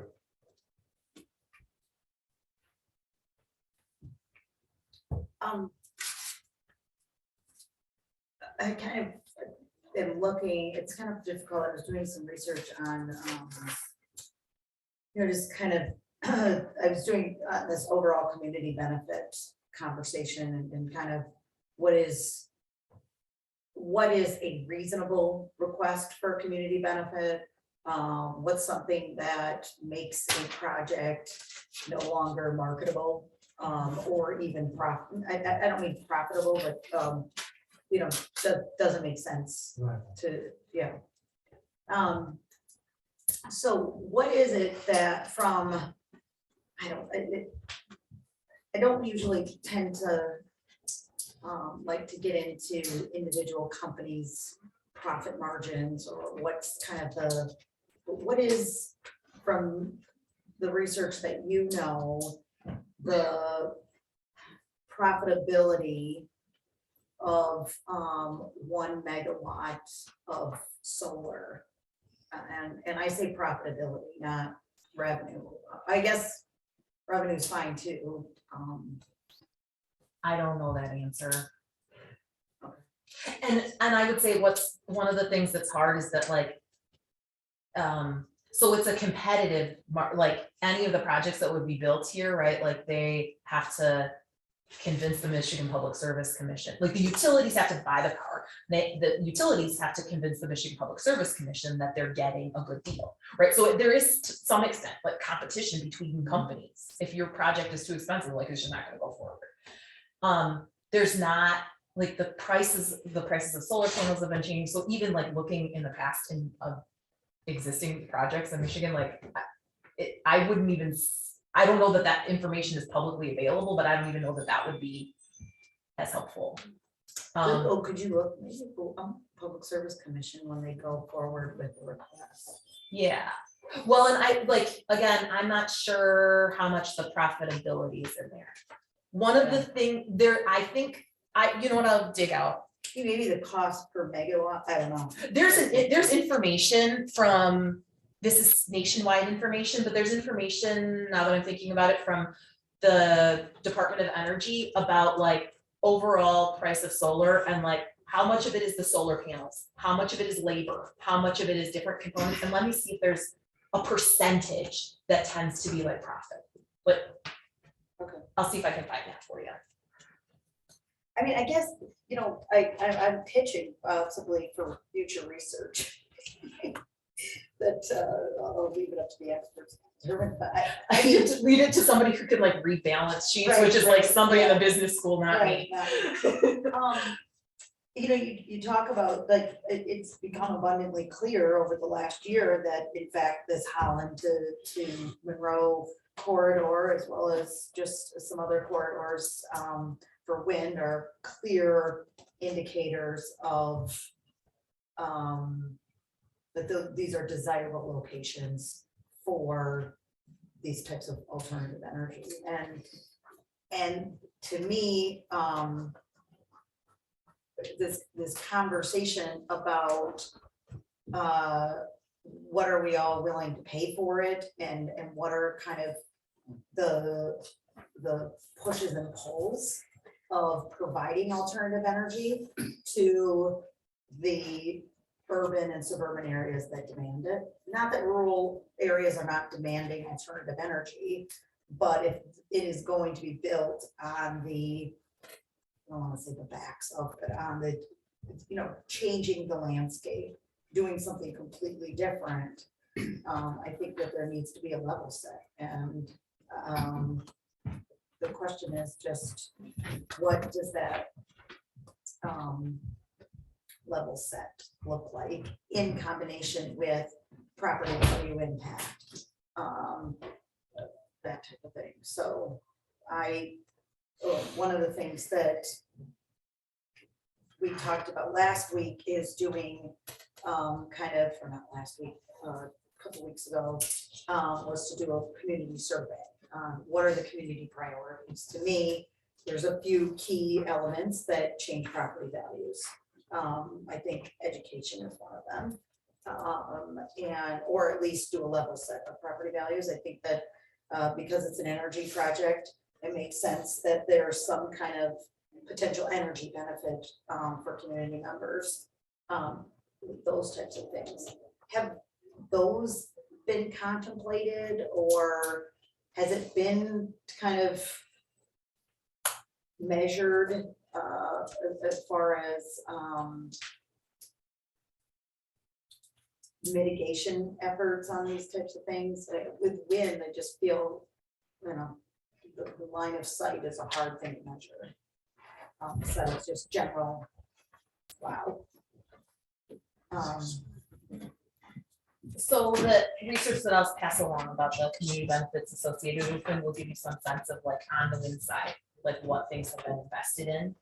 I mean, there's not very much, first of all, what I would say is like, even if there were a bunch, there's not as much research on community acceptance, like what communities think about big solar projects. Like I'm working on a couple projects right now, but even apart from that, like what does your community think? Right? What does your community need? Like, and this is where in thinking about energy more generally, right? This is why this conversation is really useful in the master planning process. Like, what is it that our community needs or wants? And then what kind of land uses in the future are going to get us there, right? Like, is more housing going to get us the things that our community wants or values? Like, what kind of, like, if not housing, like what other kinds of industry or economic development are going to get us the things that we want? So I think I haven't seen this so much on, I haven't seen it so much related just to solar, in part because it's new, but I think maybe you can pick up kind of from other things, but also those are other places, like what, thinking about this place, I think. But there isn't really community benefits that you're seeing beyond like roads, taxes, and then, kind of in the education sphere. Yeah, the key value, the key benefit is the economic development that it provides. That's the key community-wide benefit, right? Then there's clearly the landowner who has it on their property, like there's a benefit to them too. And again, this is why we're trying to see what those people do with the money, because maybe that is something that recirculates in the economy too. Maybe it's not. So like that's what we're kind of understanding. But that's I think it was said last night, if it's not said tonight, that there's tons of jobs during construction, but there's not tons of long-term jobs associated with solar, because most of it's mowing the lawn. Like there's some maintenance jobs, but I mean, honestly, I would imagine a couple. That's what we're seeing from other projects across the state. It's a land use though that like is paying taxes and it doesn't take too much services. So like that's what the conversation is in other parts of the country. Like there's some gigantic projects in Indiana, like much larger than this one. That the kind of county commissioner said, like, we need the kind of investment that a factory would bring, but we don't have the workers for it. And so like this is great because it's like a taxpayer, right, in our community that doesn't require tons and tons of jobs. Like, but this is like, maybe it's not the right thing. Like, I think having the conversation about what it is that like Milan Township like values and wants to be in the future, right? Things are changing, like the economy's changing.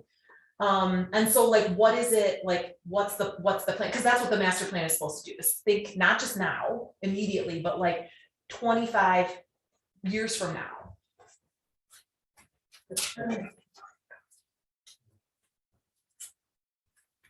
Well, one quick thing, you've made several comments tonight that have kind of got me back to some of the concerns that I've heard expressed in earlier meetings in regards to how do we go about preserving farmland, maybe in relation to setbacks, and take a spot and kind of concentrate there. How many projects are you familiar with, or in your experience, that they're not just in one spot where they're, we've been throwing around the number 1,000 acres here, but is it common for these projects to have 500 here, 200 there, 80 here, 80 here, and all kind of daisy chain together under one development? I would say yes and no. So yes, the idea that it's not going to be like an entire section, right? Because there's just not. not everybody's gonna participate, and like, heck, you got more than 1,000 acres in a section. So, so any of the projects that I've seen under development of this scale, like, are across multiple sections. But there's limits to daisy chaining, because you need to connect into the transmission line, and because you lose less electricity over the distance at higher voltages. And so when they're daisy chaining them together at a lower voltage, they start to lose power. So these aren't gonna, like, I could not imagine a project in the northwest corner of the township that's daisy chained to one that's in, you know, the south central part of the township. Because they need to be close enough to the substation. Now, what is close enough? Like, I have heard tossed around like 4 miles tends to be what people are looking for, but maybe it's different. Maybe if you boost up the voltage between the things, maybe you could go farther, but they tend to be pretty close to that substation, relatively speaking. So looking, like, again, if you're thinking you're starting a new master planning process, right? Like, I would have, and this is what I tell people, like, get a map of where the substations are.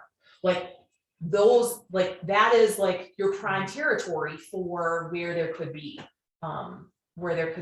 development potential. And that's where, if you're gonna have a renewable energy zone, I can't remember which you talked about it, or like in kind of an overlay, like that's in that area would be the place that makes sense. Also some way to contain it to some extent.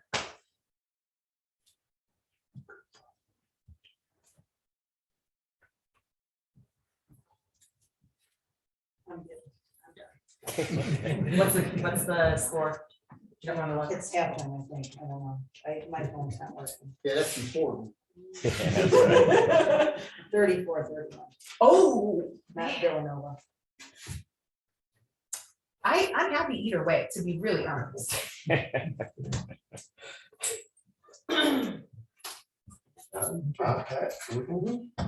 think we've pretty much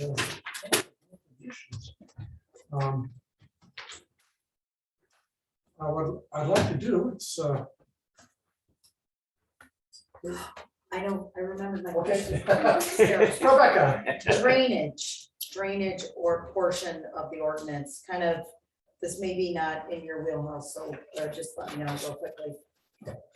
Is there, in the sample ordinance, does it kind of talk about that from that perspective?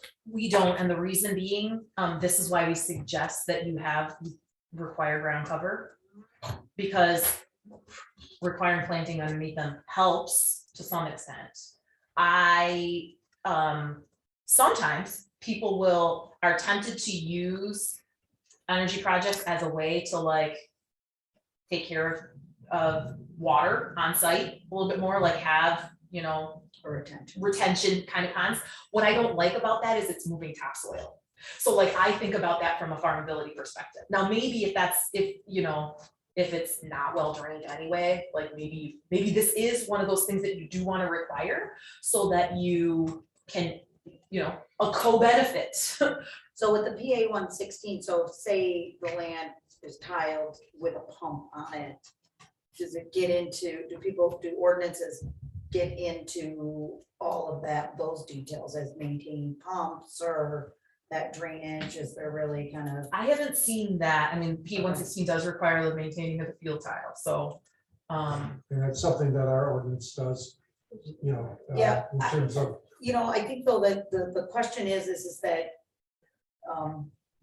if the field tile is there, but the water is not getting pumped out, is that maintained? I mean, it can degrade to very quickly if the water's not getting pumped out, and if it's old drain tile. That'll just collapse. I think we've already discussed, and I think most of us agree that drain tiles should be evaluated beforehand and also during the project. So in other words, Yeah, but I to don't think maintain them. I don't think we put it in the ordinance. We did talk about it. Yes, you're right. Right. I mean, So so, I think we talked about it from the perspective of whether it was an individual conversation between the developer and the farm, the landowner. But I think in reading through the PA 116 requirements, and that they have Mhm. additional drainage requirements, I'm thinking about for the land that isn't PA 116. Right. And and that would fall under our purview to require if they have tiling, that they must, that it must be maintained. And if they don't have tiling, the ground needs to, be properly drained as it currently is. And, I think we're all in agreement that we want to make sure that, we're not going to end up with black swamp again.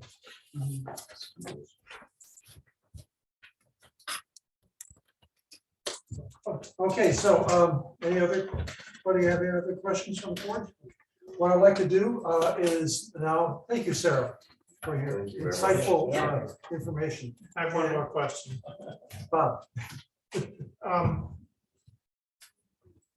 On construction costs, do you have any idea, who would have any idea of what it actually costs to do a project like this? Somewhere you could send me, The overall cost, overall cost. and not just of the construction activity, but like buying the solar No, but panels, the construction, yeah, just the whole thing. the whole thing. That will be when I'm looking up the kind of bar that shows like what each of the costs are, to see if there's one on like profit.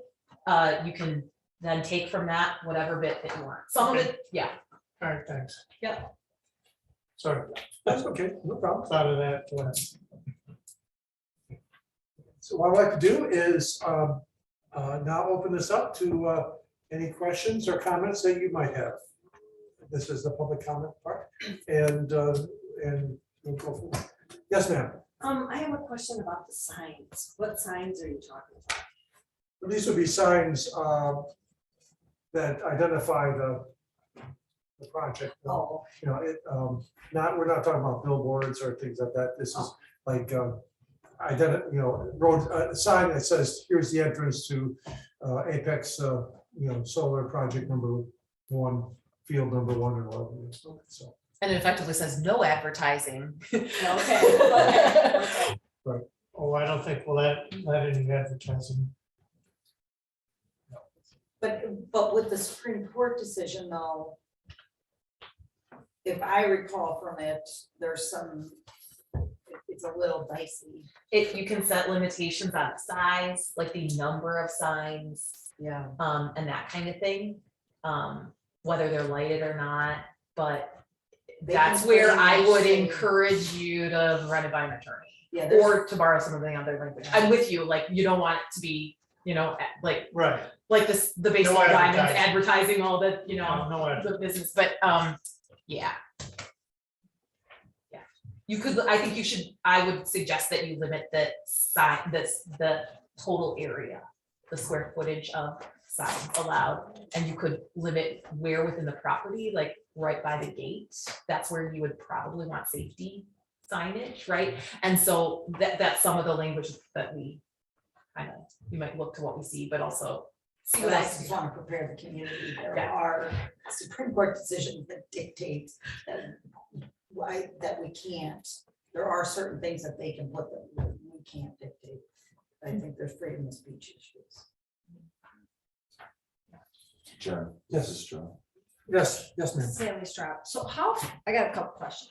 How far apart are the rows when you talk about potential, what's the right word, harvesting or crop? How far apart are the rows? Like, is it? You do 12, space- are you talking about spacing, spacing? so like a between them? tractor could go down, I mean, because the field, the one that we went and looked at, you were looking at the backside, they weren't this away where you could see, so what's the distance of in between solar panels? Yeah, Or does that just depend on the project and the property owner and whoever? Like, yeah, it usually depends on it depends on the project and the kind of solar panels that they be putting. So what I've seen is that they're closer together when the panels are fixed, but when they move with the track, which they often do, usually it's wide enough for a truck, certainly. But I mean, it's not huge. So but it does vary. and then, connecting, so like, yes, that's our current site plan. So I went in to see what is proposed, and I know this is the old, but how would they connect all those Without going through somebody. without going through else's somebody else's property, whether it's overhead or underneath, like, and if I'm in the middle of it, And how efficient. if I'm in the middle of two properties, Mhm. do I have any right to stop the developer from coming through my property if it's underground or overhead? I like the fact that you talk about maybe going back to your site plan and designating an area and being, I understand that, but that's my concern, is how do you connect all the dots? Yeah, so my experience has been that they have to get easements for anything, right, to cross. So, unless they're going in an existing, I don't know that they go in an existing, they can use other utility easements. Like, I don't think that that's the case, but like, my sense is that they have to get an easement to cross your property. And Like, what if I said no?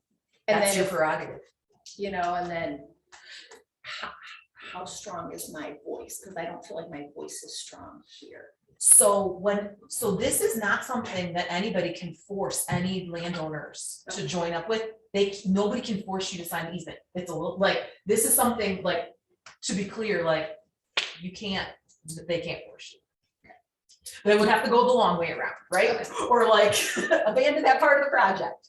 Yeah, I've not seen a situation of that. And I should be clear that, like, for transmission, right? Transmission lines, they have different authority. Transmission lines that kind of go long distances and connect different parts. I don't think they're talking about building transmission lines here. They're trying to connect into the existing transmission lines. So, but in this situation, it's called a powered eminent domain. They don't have that. So they would have to give permission. And then with fencing, we have a lot of wildlife out here.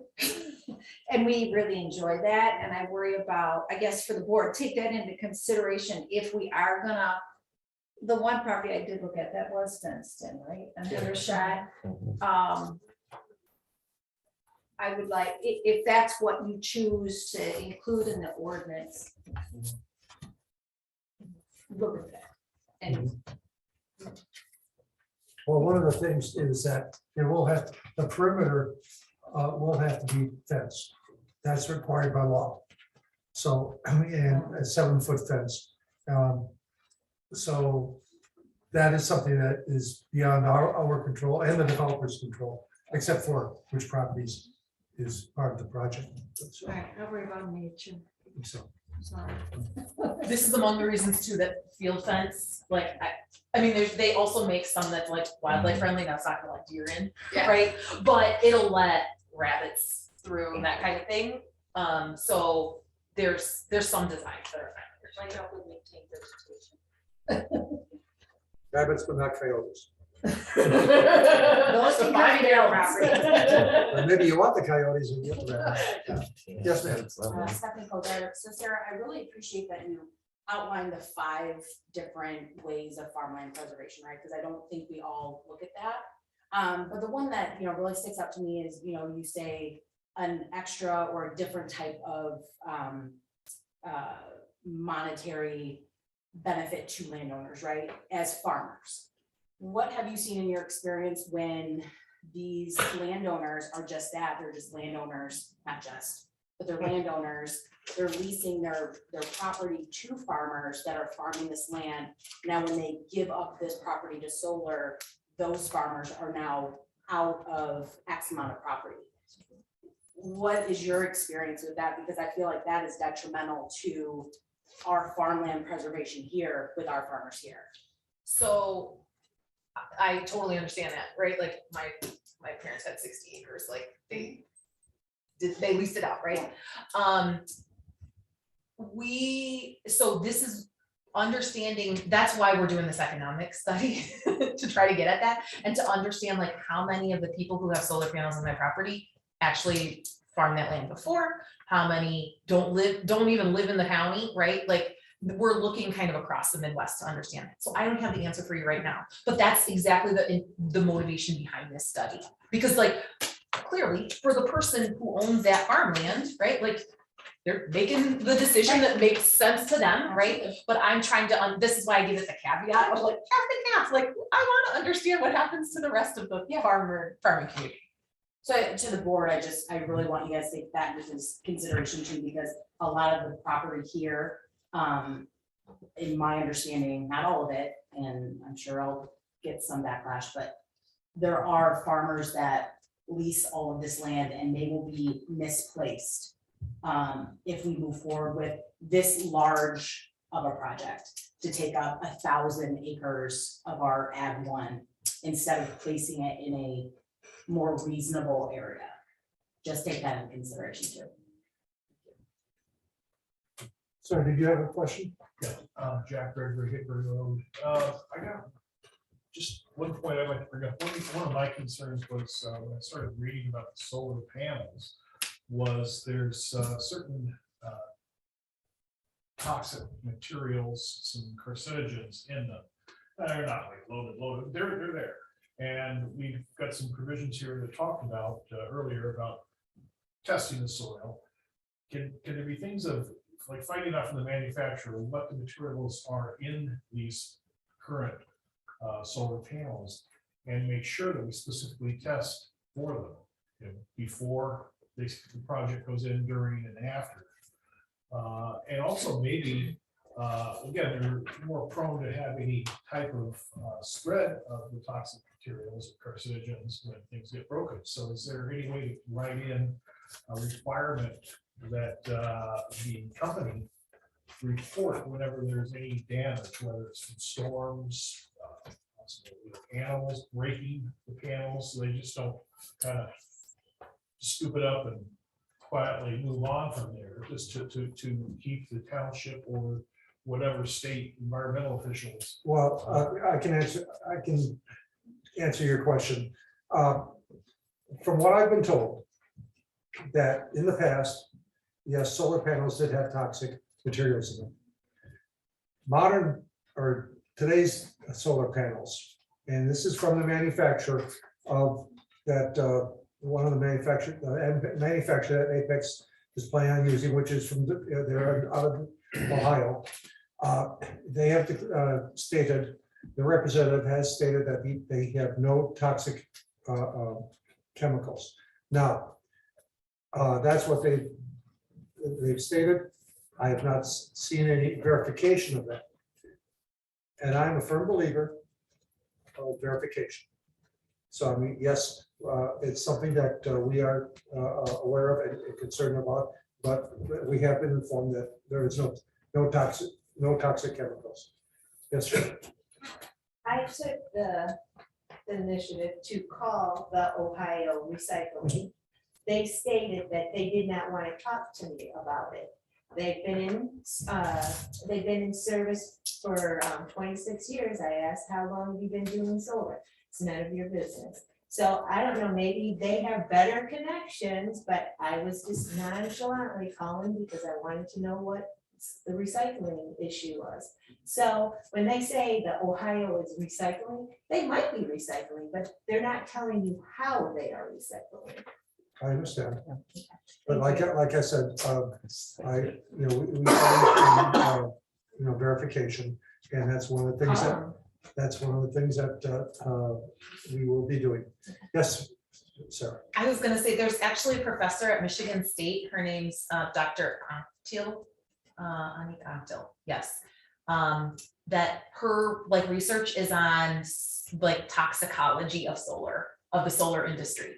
So I can put you in touch with her too. Like she wrote there's a question sometimes about PFAS chemicals. So she is the fact sheet on that, but she's done other things too. So if there are other kinds of toxic materials that you're curious about, how prevalent they're used. And I think she knows if you guys are talking about First Solar, like the solar panel people in Ohio, like I think that she's studied a lot of their panels. So she would be the person to kind of Yes. talk, like, you know.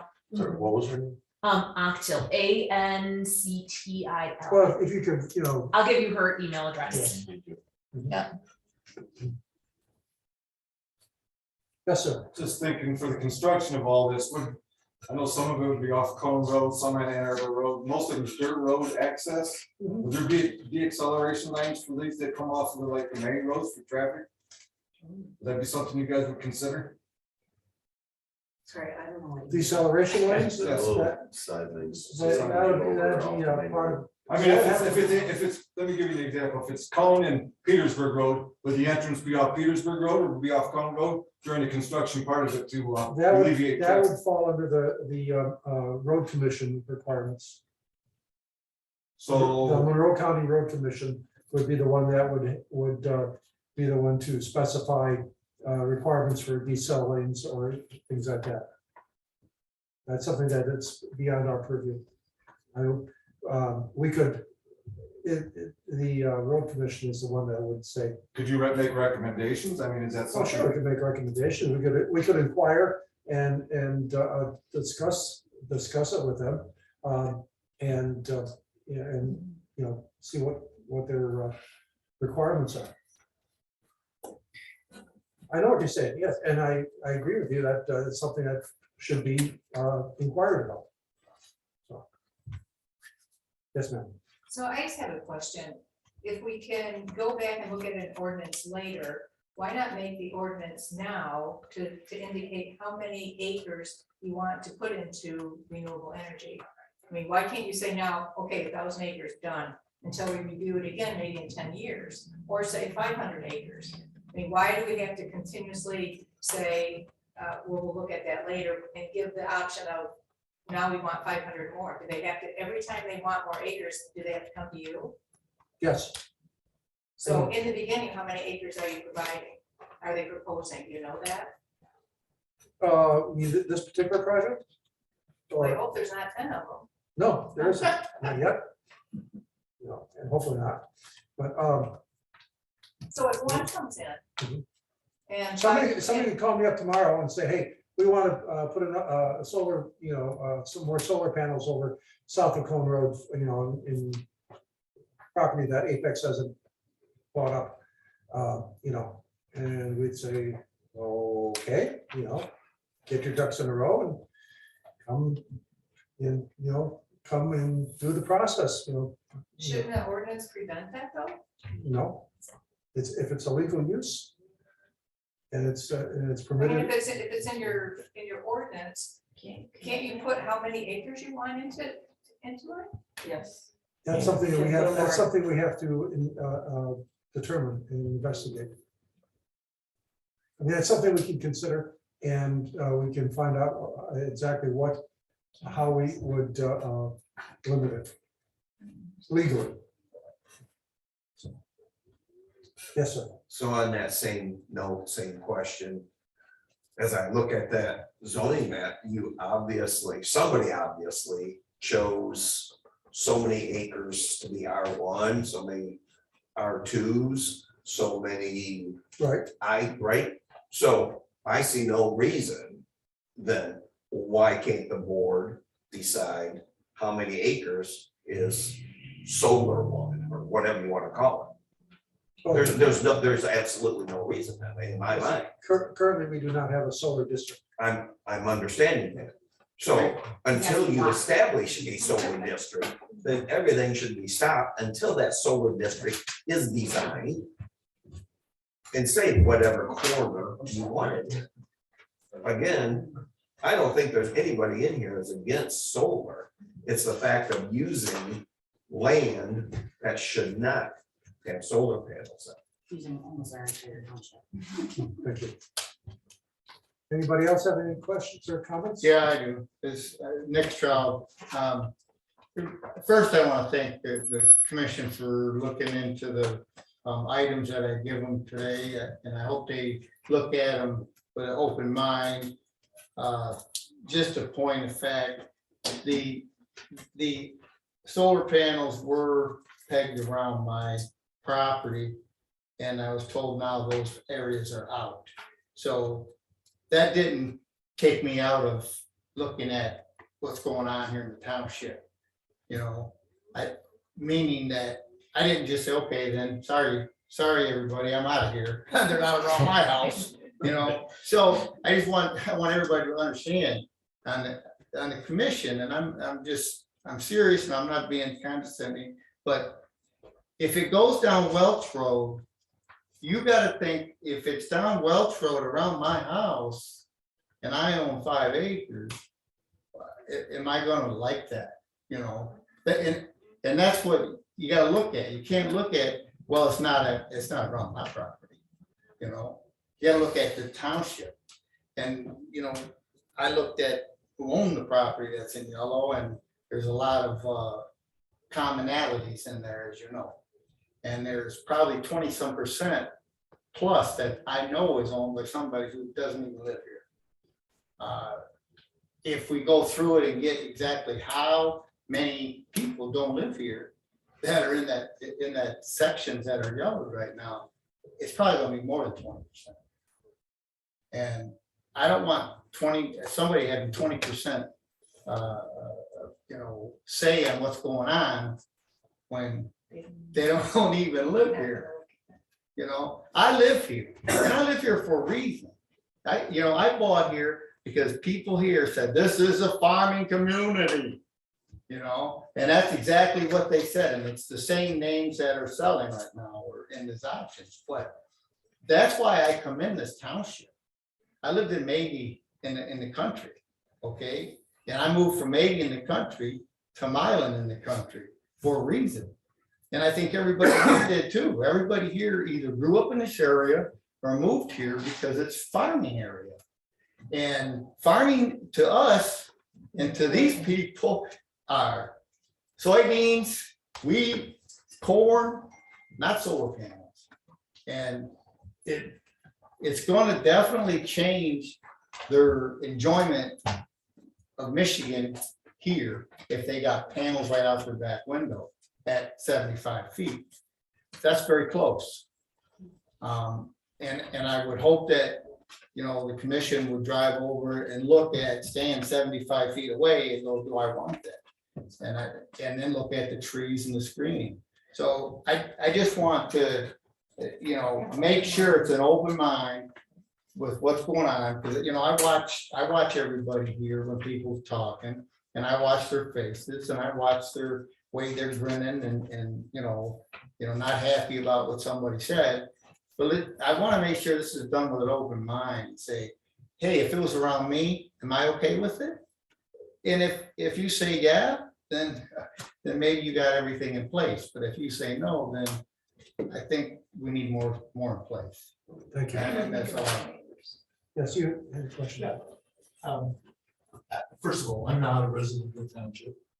I live in Milan, and I've been to township meetings in York and Augusta, London, and this township. And about solar, because I believe that solar and wind power are important forms of energy for this area's future and for this nation's future. But I wanted to compliment folks tonight. First of all, the board and the person that you brought in to speak to the board, and the questions that got asked and answered, and the intelligent conversation that I felt like I learned more in the 2 hours that about solar tonight than at the 10 or so meetings that I attended before elsewhere, and I think that that's terrific. I also want to compliment whoever the neighbors were that got together with Nick and Sally and others and talked about these sorts of issues. Because I think that's using your government in productive ways, figuring out ways to make things work, figuring out what the things are that are really problems and how you facilitate the solution of other problems. I think that's great, and so my compliments to everybody here on and also just the whole group in the way that the discussion was conducted this evening. Thank you.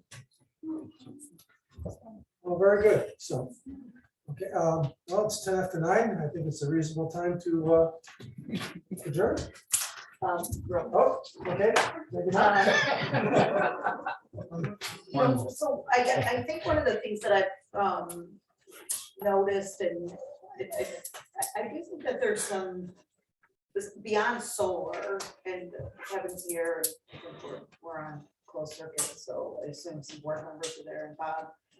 I would really recommend that the township do an evaluation of, I know we're working on the website and having someone to do that, but I do think there's some value in evaluating transparency overall, and kind of an evaluation of how we get information out there. I think that this issue has kind of laid bare some, which is good. It provides an opportunity for us to look at how we take notes, how we kind of track who provides input to these types of things.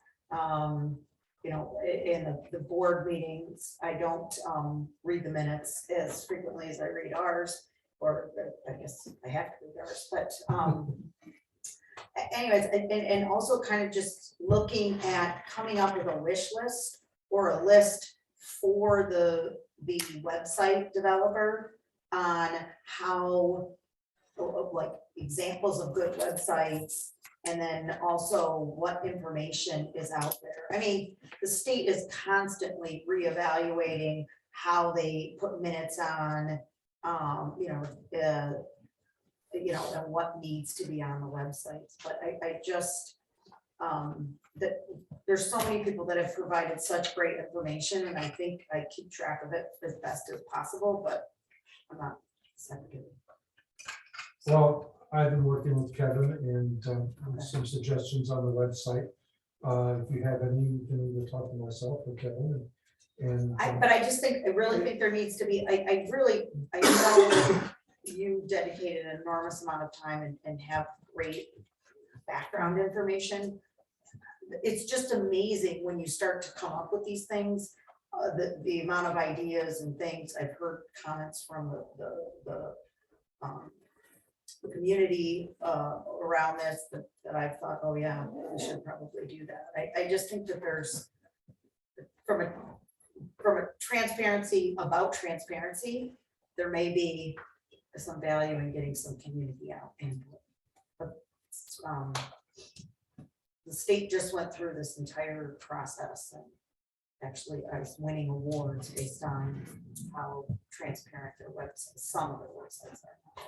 But Well, like I said, if you can give us some ideas, more than we're happy to entertain them. Okay, so thank you, Sarah. I really appreciate you coming tonight, and I think we are adjourned.